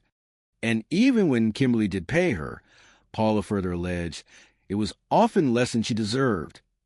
Kimberly, she stated, would employ egregious underpayment tactics, routinely compensating Cherry with like $20 a week, an insultingly meager sum for the demanding work of childcare. The rationale behind Kimberly's ability to perpetrate such exploitation, according to Paula, lay squarely in Cherry's profound inability to comprehend the value of money. If you give her 5 ones, she thinks you have a lot of money, Paula explained, illustrating Cherry's fundamental naivete regarding financial transactions. This lack of understanding rendered Cherry susceptible to easy manipulation. The exploitation extended beyond direct payment. Paula claimed that Cherry, with her pure and generous heart, would frequently spend what little money she did have on Kimberly's son. A heartbreaking detail emerged. When Kimberly would drop him off, She wouldn't leave any extra food. Cherry would have to buy food for him. And in a poignant display of selfless devotion, Cherry, despite her own humble circumstances, would resort to using her own food stamps and buy food for child. This starkly illuminated Cherry's profound goodness in the face of Kimberly's alleged calculated cruelty. And yet, despite all these layers of alleged exploitation, despite being treated so unfairly, Paula emphasized that sweet, innocent Cherry, in her unwavering simplicity, still thought of Kimberly as a friend. Cherry, in her pure-hearted way, didn't understand that she was being taken advantage of.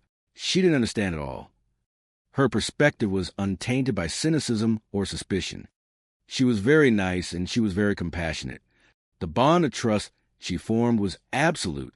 She trusted her, Paula explained, simplifying Cherry's emotional world with a poignant comparison. She's like a kid. You trust people that you love. This profoundly innocent trust, however, would prove to be Cherry's undoing. If Paula's detailed narrative was accurate, it painted a damning portrait of Kimberly Cargill, revealing her to be not merely a neglectful employer, but a morally reprehensible individual, a person devoid of ethical integrity. But even such character flaws, however egregious, do not inherently equate to the horrific act of murder. Paula understood this distinction, and it was here that her narrative took an even darker turn, providing a concrete and ultimately fatal motive, according to Paula. The catalyst for murder was linked to a critical event that transpired on the Friday preceding, Cherry's discovery. At approximately 10:20 in the morning on that pivotal Friday, Cherry Walker, in an utterly mundane yet profoundly impactful bureaucratic action, was served with subpoena, this seemingly innocuous legal document, a formal summons, commanded Cherry to testify in court as part of the latest custody fight involving Kimberly and her little boy. The stakes were immeasurably high for Kimberly. One of her ex-husbands, along with his mother, was actively seeking joint custody of her 4-year-old son, a deeply contentious and emotionally charged legal battle. Paula, having been physically present at Cherry's apartment when the subpoena was delivered, vividly recalled Cherry's immediate reaction, a profound sense of confusion and burgeoning worry at the summons. She asked me, did she have to go?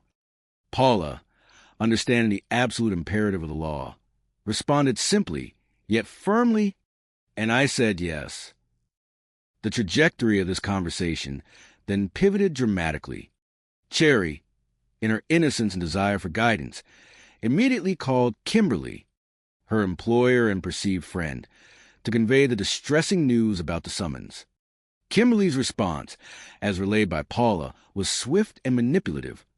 Kimberly tells Cherry, "Don't worry about it. You don't have to testify." The implication was clear. Kimberly, ever the orchestrator, was seeking to actively subvert the legal process. It was undeniably, certainly in Kimberly's best interest that Cherry not testify. The reason for this desperate desire was profoundly pragmatic. The custody hearing would undoubtedly scrutinize Kimberly's choices in childcare.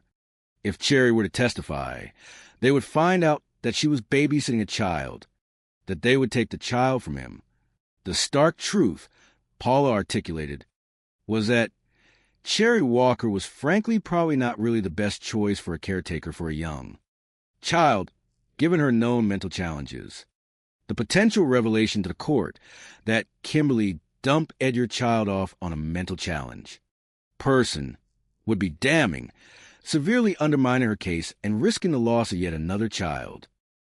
Concerned by the manipulative direction of Kimberly's words and sensing the gravity of the situation, Paula, in a protective act, had taken the phone from Cherry and spoken to Kim directly. The exchange was illuminating. According to Paula, Kimberly, brazenly acknowledging her intent, explicitly stated she had a plan to make sure that Cherry didn't appear in court that day. The insidious nature of this plan was revealed in Kimberly's own words. Because she would come pick her up and hide her out. The sheer audacity of this proposal. The outright intent to obstruct justice by spiriting away a key witness underscored Kimberly's desperation and her ruthless pragmatism. The harrowing events that culminated in the discovery of Cherry Walker's burned body began to unfold. With chilling clarity on Saturday, June 19, 2010, we return to that desolate stretch of rural road outside Tyler, Texas, where the observant pizza delivery driver, in his unwitting detour, unearthed the horrific truth. The subsequent arrival of authorities from the Smith County Sheriff's Department irrevocably confirmed the grim scene. The body was identified as 39-year-old Cherry Walker, a woman whose inherent vulnerabilities, described poignantly as some certain, what people might call mental deficiencies, and a profoundly simple nature, made her a particularly tragic victim. She was, as had been stressed, not able to live on her own without some caregiver coming in every day to assist her, a stark illustration of her dependence. Her character was unequivocally portrayed as a very sweet, caring person. The question of who could perpetrate such a heinous act, deliberately setting her on fire, deepened the public shock and revulsion. The crime scene itself, despite the widespread destruction wrought by fire, had yielded one solitary, yet immensely crucial, clue that promised to point towards the perpetrator: the crumpled, intact coffee creamer found beneath Cherry's body. This seemingly insignificant item, an oversight by the killer, became a beacon of hope for investigators. Now, armed with this tangible lead, and bolstered by the specific, damning accusations leveled by Cherry's caregiver, Paula Wheeler, the investigative focus sharpened dramatically. Paula, with her intimate knowledge of Cherry's life and her unsettling insights into Kimberly Cargill's manipulative tendencies, had explicitly identified 43-year-old Kimberly Cargill as a potential killer. Kimberly, the woman who had employed Cherry to babysit her young son while she was at work, a veneer of professional, familial connection, now stood at the precipice of an unimaginable accusation. The immediate, urgent question for investigators, now armed with potential suspect, was the motive. Why would Kimberly, a purportedly respectable nurse and mother, commit such an atrocious act against her vulnerable babysitter? Paula Wheeler's narrative provided the chilling answer. It had all, according to Paula, commenced when Cherry, in her naive obedience to the law, received that fateful summons to testify in court. This legal directive was integral to a pivotal court case, one that sought to determine whether Kimberly or her ex-husband should retain custody of their 4-year-old son. It was a prospect that, according to Paula, filled Kimberly with profound and desperate anxiety. Paula recounted a pivotal conversation she'd had with Kimberly on the phone, during which Kimberly, her agitation palpable, revealed the depth of her fear. Kimberly gets on the phone with Paula and tells her if they get her to testify, she'll ruin me. The strategic importance of Cherry's potential testimony was clear to Kimberly. As Paula articulated, the decisions that parents make on the caregiver for their child is going to come into play. And in a case where the caregiver possessed the mental capacity of a child, the implications for Kimberly were devastatingly clear. It's going to be pretty obvious in a situation like this to a judge that the caregiver has the mental capacity of a child. You'll dump your child off on a mental challenged person. Such a revelation would undoubtedly paint Kimberly in an exceptionally negative light, imperiling her custody battle and threatening to strip her of yet another one of her children. Therefore, according to Paula's detailed account, Kimberly, driven by this desperate fear, had formulated a stark and ruthless plan to prevent Cherry from testifying. Kimberly said she was going to take her to her house and hide her out, Paula recounted, illustrating Kimberly's audacious intent to obstruct justice. This was not a plan born of ignorance, but of cunning calculation. Paula, recognizing profound legal and moral implications of such an act, had vigorously rejected the notion, emphatically telling Kimberly that Cherry simply couldn't do that. She vehemently asserted its illegality and ethical bankruptcy. It was crazy. It was illegal. 2. This is a subpoena. This means you have to go testify. But Kimberly, undeterred by Paula's warnings and driven by an escalating sense of desperation, persisted in her manipulative attempts to coerce Cherry.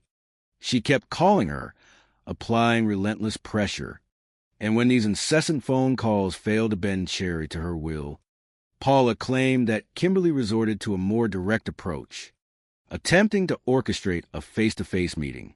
Cherry, profoundly distressed by the escalating pressure, made a poignant, final call to Paula.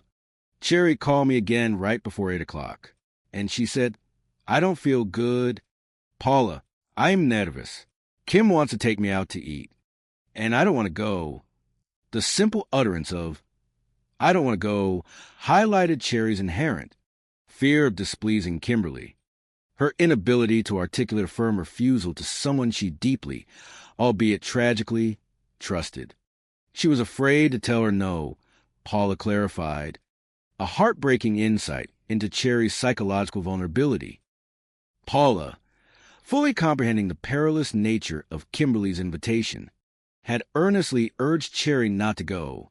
She provided direct, protective counsel. She tells her, "You should just lock the door and don't go out with her." It was a plea rooted in grave concern. Yet, despite her best efforts, Paula harbored a chilling premonition, an overwhelming fear that Cherry, in her trusting nature and inherent inability to resist a stronger will, had ultimately not heeded her advice. It was agonizingly my last conversation with her. But did this compelling narrative, this intricate tapestry of motive and manipulation, truly constitute proof of murder? While Cherry's caregiver, Paula, remained absolutely convinced, asserting unequivocally that Kim's motive for killing Cherry was to keep her child. The investigators, bound by the strictures of legal proof, approached the accusation with a necessary degree of skepticism. Kimberly, on the surface, did not align with the archetypal image of an individual capable of such a heinous crime. From a detached, external perspective, Kim Cargill seemed like the average mother. She worked as a nurse. She had several children. She lived in a nice home. The disjunction between this public persona and the horrific act of which she was accused created an immediate cognitive dissonance for the investigating officers. However, as the investigators began to peel back the carefully constructed layers of Kimberly's life, scrutinizing her past with renewed focus, a different, far more unsettling picture began to emerge. They unearthed a long, often bitter history of disputes with her ex-husbands, a recurrent pattern of acrimony that had already resulted in the painful loss of custody for 3 of her 4 children. This stark record painted a portrait of deep-seated instability and a persistent inability to maintain stable relationships or secure parental control. And with another custody hearing just days away, Kimberly was facing profoundly agonizing possibility of losing another son. This critical confluence of events, a history of losing custody, and the imminent threat of losing her youngest, provided a powerful, undeniable motive. For the Smith County Sheriff's Office, this burgeoning desperation, coupled with Paula's credible allegations, was unequivocally enough to put Kimberly at the top of the list of possible killers. They now possessed a suspect with motive and opportunity, a crucial juncture in any murder investigation. Everything pointed to Kim Cargill, an investigator confirmed, recognizing the terrifying clarity that was beginning to crystallize. The imperative now was undeniable. Could they find the incontrovertible proof required to secure a conviction? The very next day, driven by this urgent quest for concrete evidence, sheriff's investigators successfully obtained a search warrant for Kimberly's vehicle. Such an act is common practice, a routine step to uncover potential forensic links to a crime. What they discovered, however, was far from routine, almost unsettlingly so. Kimberly's car, known to others as a receptacle of daily life's accumulated detritus, was spotless. It had been thoroughly cleaned out. This pristine condition, in and of itself, immediately triggered a flag of suspicion for the experienced investigators. It was not merely tidy. It was meticulously sanitized, almost as if erased. This observation was reinforced by those who knew Kimberly well. "I've never seen her car clean," one individual remarked, articulating a stark contrast between its usual state and its current gleaming condition. The familiar imagery of her typical vehicle was conjured. "It's always just really disgusting. Like, just, paper and food and everything. Fast food bags. Chick-fil-A wrappers and Burger King bags and dairy wrappers and creamers." In light of this strikingly uncharacteristic cleanliness, the investigators could only logically conclude that Kimberly's suddenly pristine car was no coincidence. It screamed of deliberate action, an intentional effort to expunge traces of a recent event. The question that loomed in the minds of the seasoned officers was chillingly precise. Is she cleaning her car to clean out evidence? This almost obsessive cleansing spoke volumes, hinting at a desperate attempt to conceal, to literally scrub away the remnants of a horrifying act. Yet, despite her apparent meticulousness, had Kimberly, in her desperate haste, inadvertently overlooked one crucial piece of evidence. Precisely because it was no longer in her car, but at the desolate crime scene, investigators reflected on that single, enduring clue, the dairy creamer. While they were at the scene and collecting evidence, they found dairy creamers from Burger King. The realization was stark. Given her documented predilection for fast food, this single-serve creamer, so seemingly inconsequential, could be the thread that connected her directly to the murder site. The chilling hypothesis formed. Had she inadvertently dropped the creamer container at the crime scene? This became the investigators' primary suspicion, the crucial forensic bridge they sought to establish. All that remained was to obtain a DNA sample to compare it with. The path to securing this sample, serendipitously, was about to present itself. As the murder investigation into Cherry Walker's death continued to unfold with tenacious resolve, another distinct legal process was also actively progressing. The various Child Protective Services, CPS, cases lodged against Kimberly Cargill. These parallel proceedings, which had long underscored Kimberly's ongoing struggles with parental rights, reached a critical juncture with the case that had recently stripped her of the custody of her 11-year-old son. 3 months prior to Cherry's brutal death, in March of that year, the boy's father, acting on a deeply alarming set of observations, had approached the authorities with some shocking allegations against Kimberly. His accusations painted a grim portrait of her as abusive. She was violent. He spoke with palpable distress about how extremely difficult it was for people like myself and the other fathers involved to be able to protect their children and to remove them from an extremely abusive environment, echoing the experiences of others caught in Kimberly's orbit. Crucially this time, unlike perhaps previous allegations that had foundered on a lack of concrete proof, Kimberly's ex-husband claimed to possess tangible evidence to substantiate his accusations. He provided photos of the boy's bruises, stark visual testament to the alleged abuse. These allegations, backed by physical evidence, had set in motion a separate but significant legal process. Consequently, on June 24, 2010, merely 2 days after the search of Kimberly's car and barely a week after Cherry Walker's body was found, the culmination of these investigations led to Kimberly's arrest. The charge, injury to a child. This arrest, while independent of the murder inquiry, presented the Smith County Sheriff's Office with an unforeseen and invaluable opportunity. When Kimberly was booked into jail, investigators, under perfectly legal protocols, seized a chance to collect a DNA sample.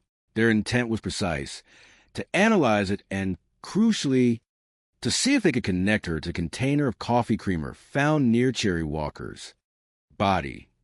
The creamer, once an anomaly, now loomed as a potential linchpin of their murder case.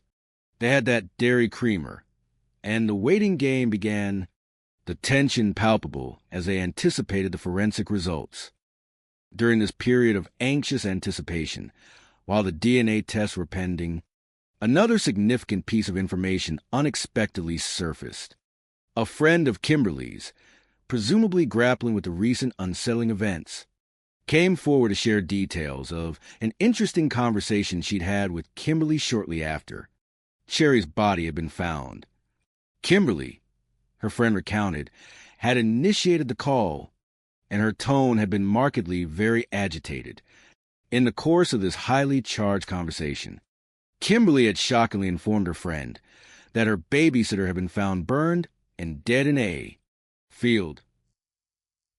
What struck both the investigators and, indeed, proved profoundly puzzling to Kimberly's friend was the precise timing of the call. At the time Kimberly placed this call, the official name of the deceased person had not been released to the public. The details surrounding the grim discovery were known only to a select few within law enforcement and medical examiner circles. This created an immediate, glaring question.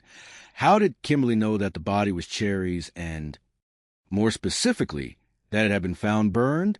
Was it merely a serendipitous gut feeling, a chillingly accurate premonition, much like the one that had led Cherry's own father to call the authorities? Or, as the investigators intuitively suspected, was it something else entirely? The answer, both definitive and damning, would arrive soon enough. The forensic results from the DNA test, when they finally came back, delivered a categorical and irrefutable answer to the investigators' questions and suspicions. The DNA extracted from a single-serve coffee creamer found beneath Cherry Walker's charred body belonged unequivocally to Kimberly Cargill. They found DNA from Kimberly Cargill, a source confirmed, underscoring the finality of this discovery. This forensic match was, in the words of a confident investigator, the last nail in the coffin because it put her at the scene. It was a tangible scientific proof, undeniable and absolute, that solidified Kimberly's connection to the horrific crime. On July 29, 2010, a little over 1 month after Cherry's mutilated and burned body had been discovered on that lonely stretch of road, the Smith County Sheriff's Office once again placed Kimberly Cargill under arrest. This time, the charge was not injury to a child. This time, the gravity of the accusation was absolute, final, and chilling murder. The complex layers of her troubled life, the facade of normalcy, had finally and irretrievably collapsed, revealing the monstrous truth lurking beneath. The full weight of the justice system converged upon Kimberly Cargill on May 7th, 2012, as she stood trial for murder in a Tyler, Texas courtroom. The 45-year-old mother of four faced the most serious accusation imaginable, the killing of Cherry Walker in June of 2010. This was no ordinary legal proceeding. It was, as observers would later describe, a huge deal, electrifying the close-knit community of East Texas. The shocking nature of the crime, an ostensibly respectable mother, therefore accused of murdering her own babysitter, was amplified by the profound vulnerability of the victim, 39-year-old Cherry Walker, a developmentally challenged woman who endured seizure disorders and possessed the approximate mental capacity of a 9 or 10-year-old child, was unequivocally depicted as a sweet, innocent kid in a dust body, a profoundly empathetic portrayal that resonated deeply with the public and the jury alike. According to the prosecution's compelling opening statement, Cherry's very childlike innocence was, paradoxically and tragically, precisely why Kimberly had murdered her. The state laid out a clear, meticulously constructed motive to prevent the vulnerable woman she had employed as a babysitter from testifying in a crucial legal hearing, one that held the power to determine the ultimate custody of Kimberly's 4-year-old son. The prosecution articulated Kimberly's profound fear, explaining that she feared that if Cherry testified in the upcoming custody hearing, which was set for June 23rd, that she would lose her son.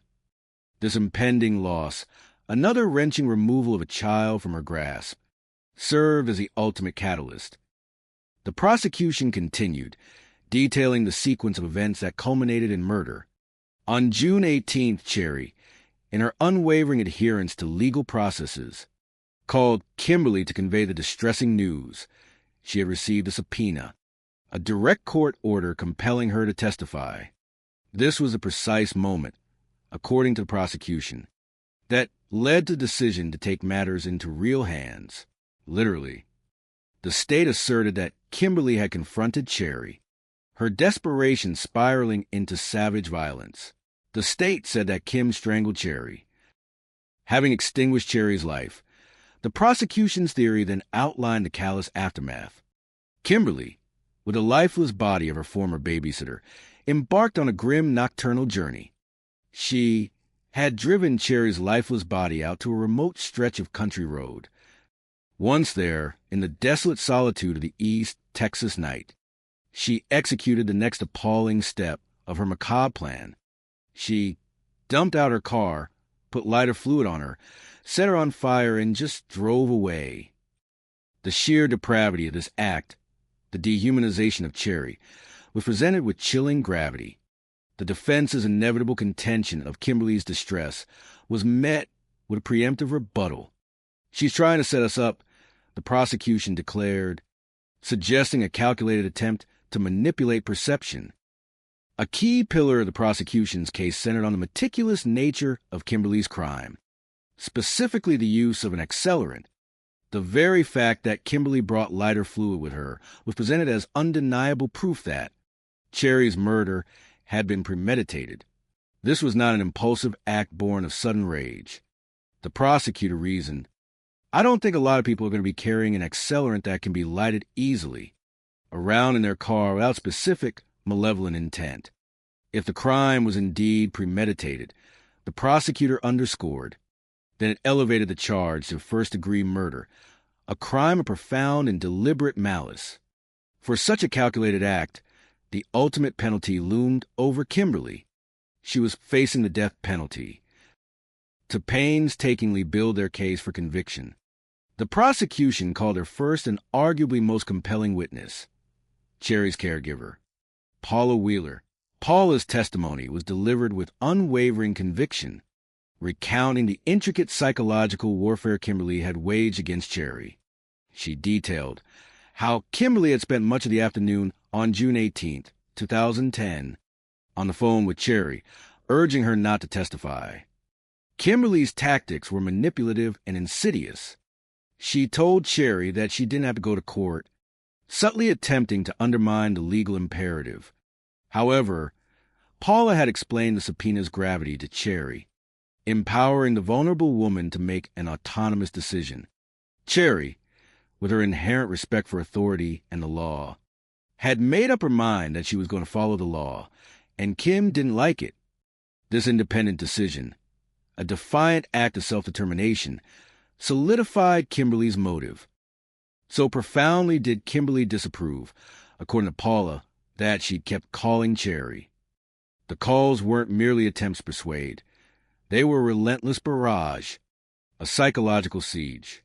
Kimberly offered Ed to take her out to dinner to talk things over, a feigned act of friendship designed to lure Cherry into her control.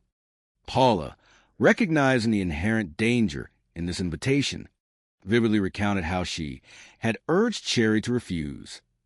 Yet, despite her best efforts and dire warnings, a sense of tragic inevitability hung in the air. "I thought Cherry would listen to me, and that she wasn't going to go with Kim, but she did." The prosecution meticulously corroborated Paula's testimony through hard, empirical evidence. Kimberly and Cherry's cell phone records both confirmed Paula's account. The call logs painted a damning picture of relentless pressure. Kim had been calling Cherry incessantly all day. The day before she disappeared, there were over 70 phone calls by Ms. Cargill to Cherry Walker's phone. This volume of calls, this obsessive pursuit, was undeniably suggestive of extreme manipulation and control. But, as the prosecution chillingly highlighted, the truly damning thing about the phone calls was what happened after June 18th, the night that Cherry died. Abruptly, with a terrifying finality, the phone calls just stopped. There was an absolute cessation of contact. There was no phone calls from Kim Cargill to Cherry Walker. The prosecutors, presenting the sudden silence as a damning indictment, offered a straightforward, horrifying explanation. She obviously knew what happened. Kimberly's knowledge stemmed from her presence at the very scene of the crime. And that presence, the prosecution reminded the jury, was irrefutably proven. The solitary, yet crucial, empty container of coffee creamer found at the murder scene served as the silent witness, testifying to Kimberly's involvement. According to the prosecutor, the empty container of coffee creamer found at the crime scene proved that Cherry's body had been dumped from Kimberly's car. The scientific confirmation sealed the evidentiary chain. Once they had that dairy creamer tested, they found DNA from Kimberly Cargill. The confluence of these elements, motive, opportunity, and DNA evidence that put her at the scene of the crime, painted a powerful, almost airtight case against Kimberly. The state had a lot of evidence, observed a commentator, emphasizing the formidable prosecutorial arsenal. However, despite the seemingly overwhelming body of evidence, one crucial element, one deeply unsettling gap, plagued the prosecution's case. It was an absence that the jury would later struggle with during their deliberations. A persistent point of contention. The weakness in the prosecution's case was they couldn't really determine the absolute cause of death. While the medical examiner had diligently performed her duties, the extensive burning of Cherry's body had unfortunately obscured the definitive pathway of her death. All that the pathologist could definitively state was the presence of a telltale swelling in the tiny blood vessels behind Cherry's eyes, a phenomenon that could suggest manual strangulation. The pathologist said she could have been strangled. Yet, even this highly suggestive finding was not without ambiguity, not without an alternative explanation that could sow the seeds of reasonable doubt. As the medical examiner reluctantly conceded, the specific condition of the body also offered another possible, albeit less conclusive, explanation. Because her body was upside down, that blood might have just been pooling. This scientific uncertainty, this inability to unequivocally declare a single, specific mechanism of death, explained a somewhat vague official determination. The cause of death, rather than precise medical finding, was broadly termed homicidal violence. An expert clarified they didn't honestly know how she died. This crucial concession, this slippage in definitive forensic certainty, was a significant vulnerability. They kind of left the door open for the defense to come in and try to raise reasonable doubt. A seasoned observer noted, understanding the profound impact of this ambiguity in a capital murder trial. And this precise crack in the prosecution's seemingly impenetrable armor was precisely what the defense meticulously exploited when they commenced the presentation of their case on May 16th. Kimberly's attorney, in his opening statement, adopted a bold and strategic approach. He did not deny the abhorrent actions that had occurred in the East Texas night. He did not dispute that Kimberly dumped Cherry's body by the side of the road, nor did he attempt to obfuscate the fact that she'd set her on fire. However, he vehemently challenged the implication of these actions. According to the defense, these appalling deeds did not, by logical extension, mean that Kimberly had killed Cherry. This was the crux of their argument, the pivot point of their reasonable doubt. The defense's counter-narrative was starkly different, predicated on a claim of tragic accident and desperate cover-up. Their version was that Cherry had died of some other medical condition, rather than as a result of a direct, intentional act of violence perpetrated by Kimberly. To meticulously construct this alternative sequence of events, to offer a plausible explanation for the unspeakable actions, the defense turned to their primary witness, the individual whose testimony held the greatest potential to sway the jury's perception, Kimberly Cargill herself. Kimberly Cargill did take the stand. When she took her place in the witness box, facing the jury, Kimberly Cargill presented an image that seemed utterly incongruous with the monstrous acts of which she stood accused, Her demeanor was carefully controlled, embodying the Jekyll facade she had meticulously cultivated throughout her life.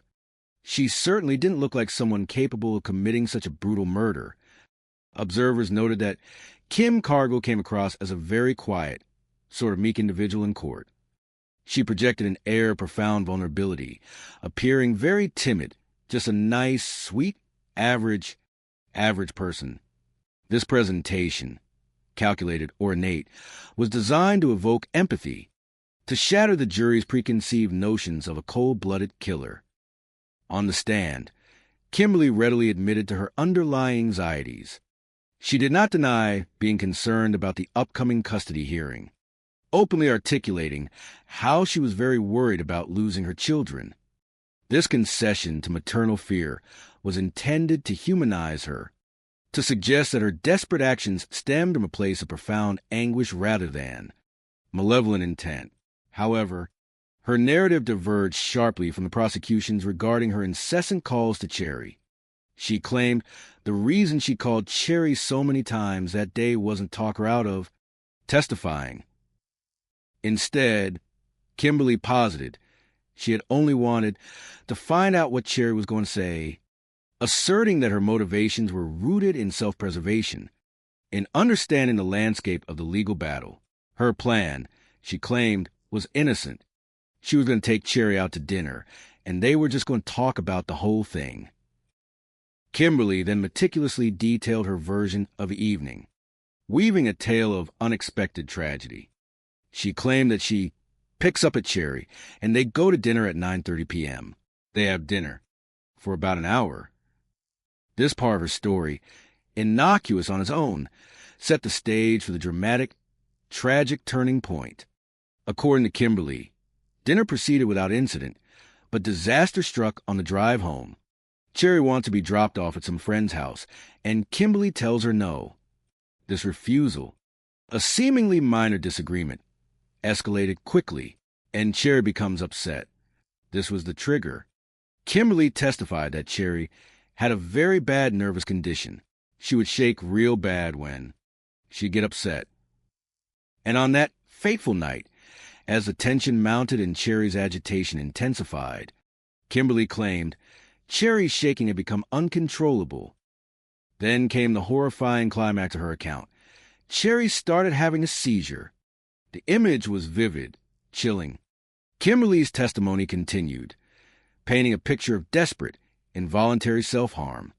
She started banging her head against the passenger side window. Reacting to this medical emergency, Kimberly said she had instinctively pulled out of traffic, stopped the car, and tried to perform CPR on the by then unresponsive Cherry. But she claimed it was all tragically too late. Kim tried to help her, but Cherry died. The seizure, in her account, was the ultimate cause of death, an unforeseen, uncontrollable medical catastrophe.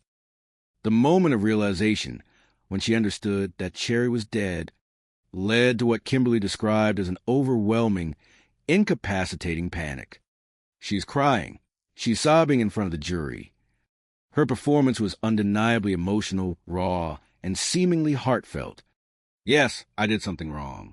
What I did was I made a mistake, she tearfully confessed, admitting to the profoundly unethical, illegal disposal of the body, but fiercely denying the murder itself. Her profound fear, she insisted, consumed her. Kim said she felt like she had to get rid of the body because she didn't want to be accused of killing Cherry. Driven by this overwhelming, primal fear of accusation, Kimberly, according to her own testimony, made a second, equally snap, yet strategically motivated, decision. She decides, I've got to get rid of the DNA evidence. I've got to do that. This admission of a calculated attempt to destroy evidence, however framed by panic, underscored a level of cunning. And then came the audacious explanation for the lighter fluid. So she just happens to have some lighter fluid in the car and some form of starting that lighter. Fluid. This casual mention of an accelerant being just happens to have, in her vehicle, strained credulity, raising immediate questions of its convenient presence. Her narrative continued. So she douses her body with the lighting fluid and sets the body on fire. Finally, her story completed, her emotional ordeal on the stand concluded, Kimberly wrapped up her testimony by reiterating her profound shame for her actions. Her attorney, providing an opening for further humanization, asked her a poignant question while she was on the stand. "Who were you thinking about that night?" To which she responded, her voice purportedly heavy with self-reproach. "And she said myself." Her crying was sustained, her insistence on panic unwavering.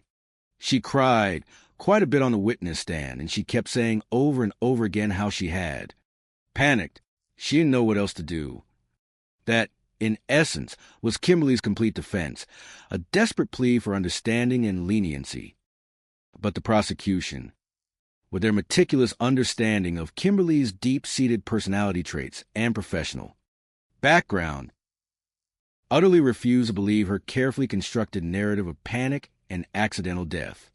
And during their rigorous cross-examination, they meticulously dismantled her testimony, ensuring that the jury understood precisely why. Their rebuttal was surgical and pointed. Kimberly Cargill was not an ordinary citizen unversed in emergency protocols. She's a nurse. This fact alone rendered her claims of debilitating panic profoundly suspect. She knew exactly what to do in a medical emergency, particularly with an unresponsive patient. It simply didn't seem very likely that she would have panicked to the extent of abandoning medical assistance for destruction of evidence. The obvious, damning questions hung heavy in the courtroom air, challenging the very core of her narrative. Why didn't she call 911? Why didn't she try to seek medical attention? According to the seasoned prosecutor, the answer was chillingly straightforward and pointed directly to premeditation, to a calculated intent. She knew exactly what she was going to do when she got Ms. Walker in the car. Her actions were not those of a panicking civilian. They were the cold, calculated moves of a killer intent on avoiding detection. On May 18th, 2012, the tension within the Smith County Courthouse in Tyler, Texas, was palpable as a jury, after days of intense deliberation, returned to announce their verdict in the murder trial of Kimberly Cargill, the 45-year-old mother of four, a woman who had, for so long, meticulously maintained a veneer of normalcy and professional competence, now faced the ultimate judgment for the heinous killing of Cherry Walker, the developmentally disabled woman she had employed as her babysitter. The narrative of her crime, fueled by the desperate attempt to prevent Cherry from testifying against her in court, had gripped the community, highlighting both the victim's profound vulnerability and the depths of the accused's manipulative capacity. Throughout the trial, the prosecution had meticulously presented a wealth of compelling evidence, constructing a powerful argument concerning Kimberly's motive and opportunity. However, despite their diligent efforts, one crucial element, one forensic nuance, had remained elusive, becoming a persistent point of contention that had undeniably troubled the jury during their deliberations. The thing that really hung up the jury was that autopsy, an observer noted, highlighting the ambiguity that lingered regarding the precise medical cause of Cherry's death. They didn't have specific details about how Kim Cargill killed Cherry. The lack of a definitive, irrefutable cause of death had created a vacuum of certainty, a space where reasonable doubt could, theoretically, take root. Yet, in the face of this ambiguity, in weighing the overwhelming circumstantial and DNA evidence against the defense's implausible narrative of accidental death and panic cover-up, the jury reached their decision. The foreman rose, and the verdict was read. She was found guilty. The word resonated with definitive finality, piercing through the courtroom silence. However, in the unique legal landscape of Texas, a guilty verdict in a capital murder trial does not mark the absolute conclusion of the legal process. Instead, if the person convicted, they move into a whole sentencing trial, a separate phase designed to determine the appropriate penalty. Now, the weighty and profoundly moral question that confronted the jury was whether to condemn a mother of 4 to death row. Kimberly, with her carefully crafted courtroom persona, had initially come across to some as a sympathetic figure, an image carefully curated by the defense to mitigate the severity of her alleged crimes. But the prosecution, understanding the insidious nature of Kimberly's manipulation, viewed this perceived sympathy as precisely what rendered her so dangerous. Their argument painted a stark psychological portrait. She has a Jekyll and Hyde personality. The outward meekness was but a thin disguise, a facade concealing a volatile, predatory core. She was a powder keg waiting to explode, the prosecution asserted, emphasizing the inherent danger she posed to others. To substantiate this chilling claim, to shatter any lingering vestiges of jury sympathy, the prosecution introduced a litany of witnesses, all prepared to testify about Kimberly's long-standing, often violent, temper. The testimony that followed was shocking, revealing a pattern of rage and abuse that stretched far beyond the confines of Cherry Walker's. Murder. One of her ex-husbands recounted an incident that chilled the courtroom, testifying that Kim Cargill once threw a hammer at his head because he forgot to get her sundae, dessert with no nuts on it. This seemingly trivial provocation underscored the extremity of her unbridled rage, her willingness to resort to dangerous violence over the most minor perceived slight. But the true, gut-wrenching shock came when 3 of Kimberly's own children were called to the stand. Their testimony, delivered with an undeniable raw honesty, utterly obliterated any remaining illusion of Kimberly's innocence or maternal benevolence. Their poignant accounts made it horrifyingly clear that Kimberly's choice of an intellectually challenged babysitter was, in fact, the least of her egregious failings as a parent. These children, bearing the deep psychological scars of their upbringing, testified that she tortured them. The details were agonizingly specific, each revelation a hammer blow to any remaining shred of jury compassion. One of her children testified that one time he folded her clothes wrong, and she strangled him until he passed out. This was not merely corporal punishment. It was sadistic, life-threatening abuse, an act of unadulterated cruelty perpetrated by a mother against her own child for a minor infraction. Another child's response, when asked a profoundly simple yet deeply probing question about what life was like living with his mother, was especially heartbreaking, distilling pervasive terror that had defined their existence. There was never a moment when I wasn't afraid. The collective weight of these harrowing narratives resonated profoundly. It became terrifyingly evident that Sherry Walker was not Kim Cargill's only victim.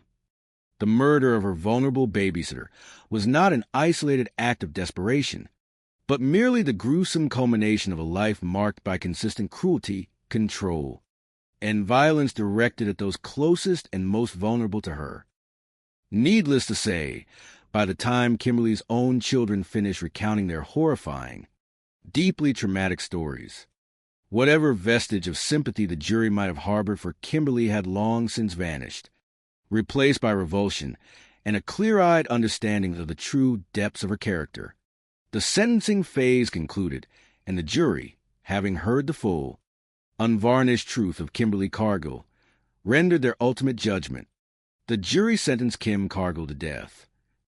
The outcome of the trial, a verdict of capital punishment, evoked complex, often conflicting emotions among those closest to Sherry Walker.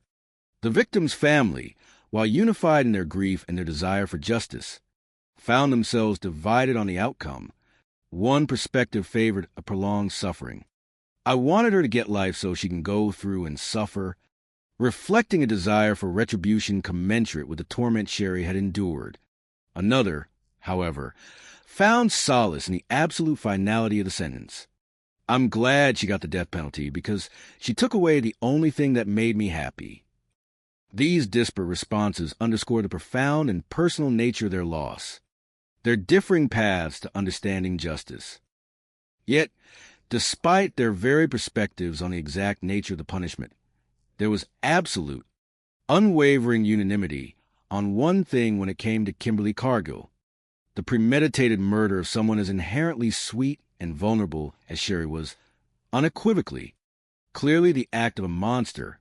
Their final words, delivered with a mix of sorrow and conviction, served as a profound testament to Sherry's pure spirit and a damning indictment of Kimberly's evil. Cher Sick was a good-hearted person. She couldn't understand how people are evil like Kim was. She don't have a heart. The ultimate psychological assessment was simple yet devastatingly accurate. Kim was pretty on the outside, but she was evil and twisted on the inside. This chilling pronouncement served as a final, enduring truth, a stark reminder that beneath the most carefully constructed facades, truly terrifying evil can lurk, forever scarring the lives it touches, and forever reminding us of the vigilant pursuit of justice that must prevail against such darkness. The battle for justice for Sherry Walker, and for all those silently tormented, saw a good triumph over evil, leaving a profound educational message for the community about the insidious nature of psychological abuse and the imperative to protect the most vulnerable among us.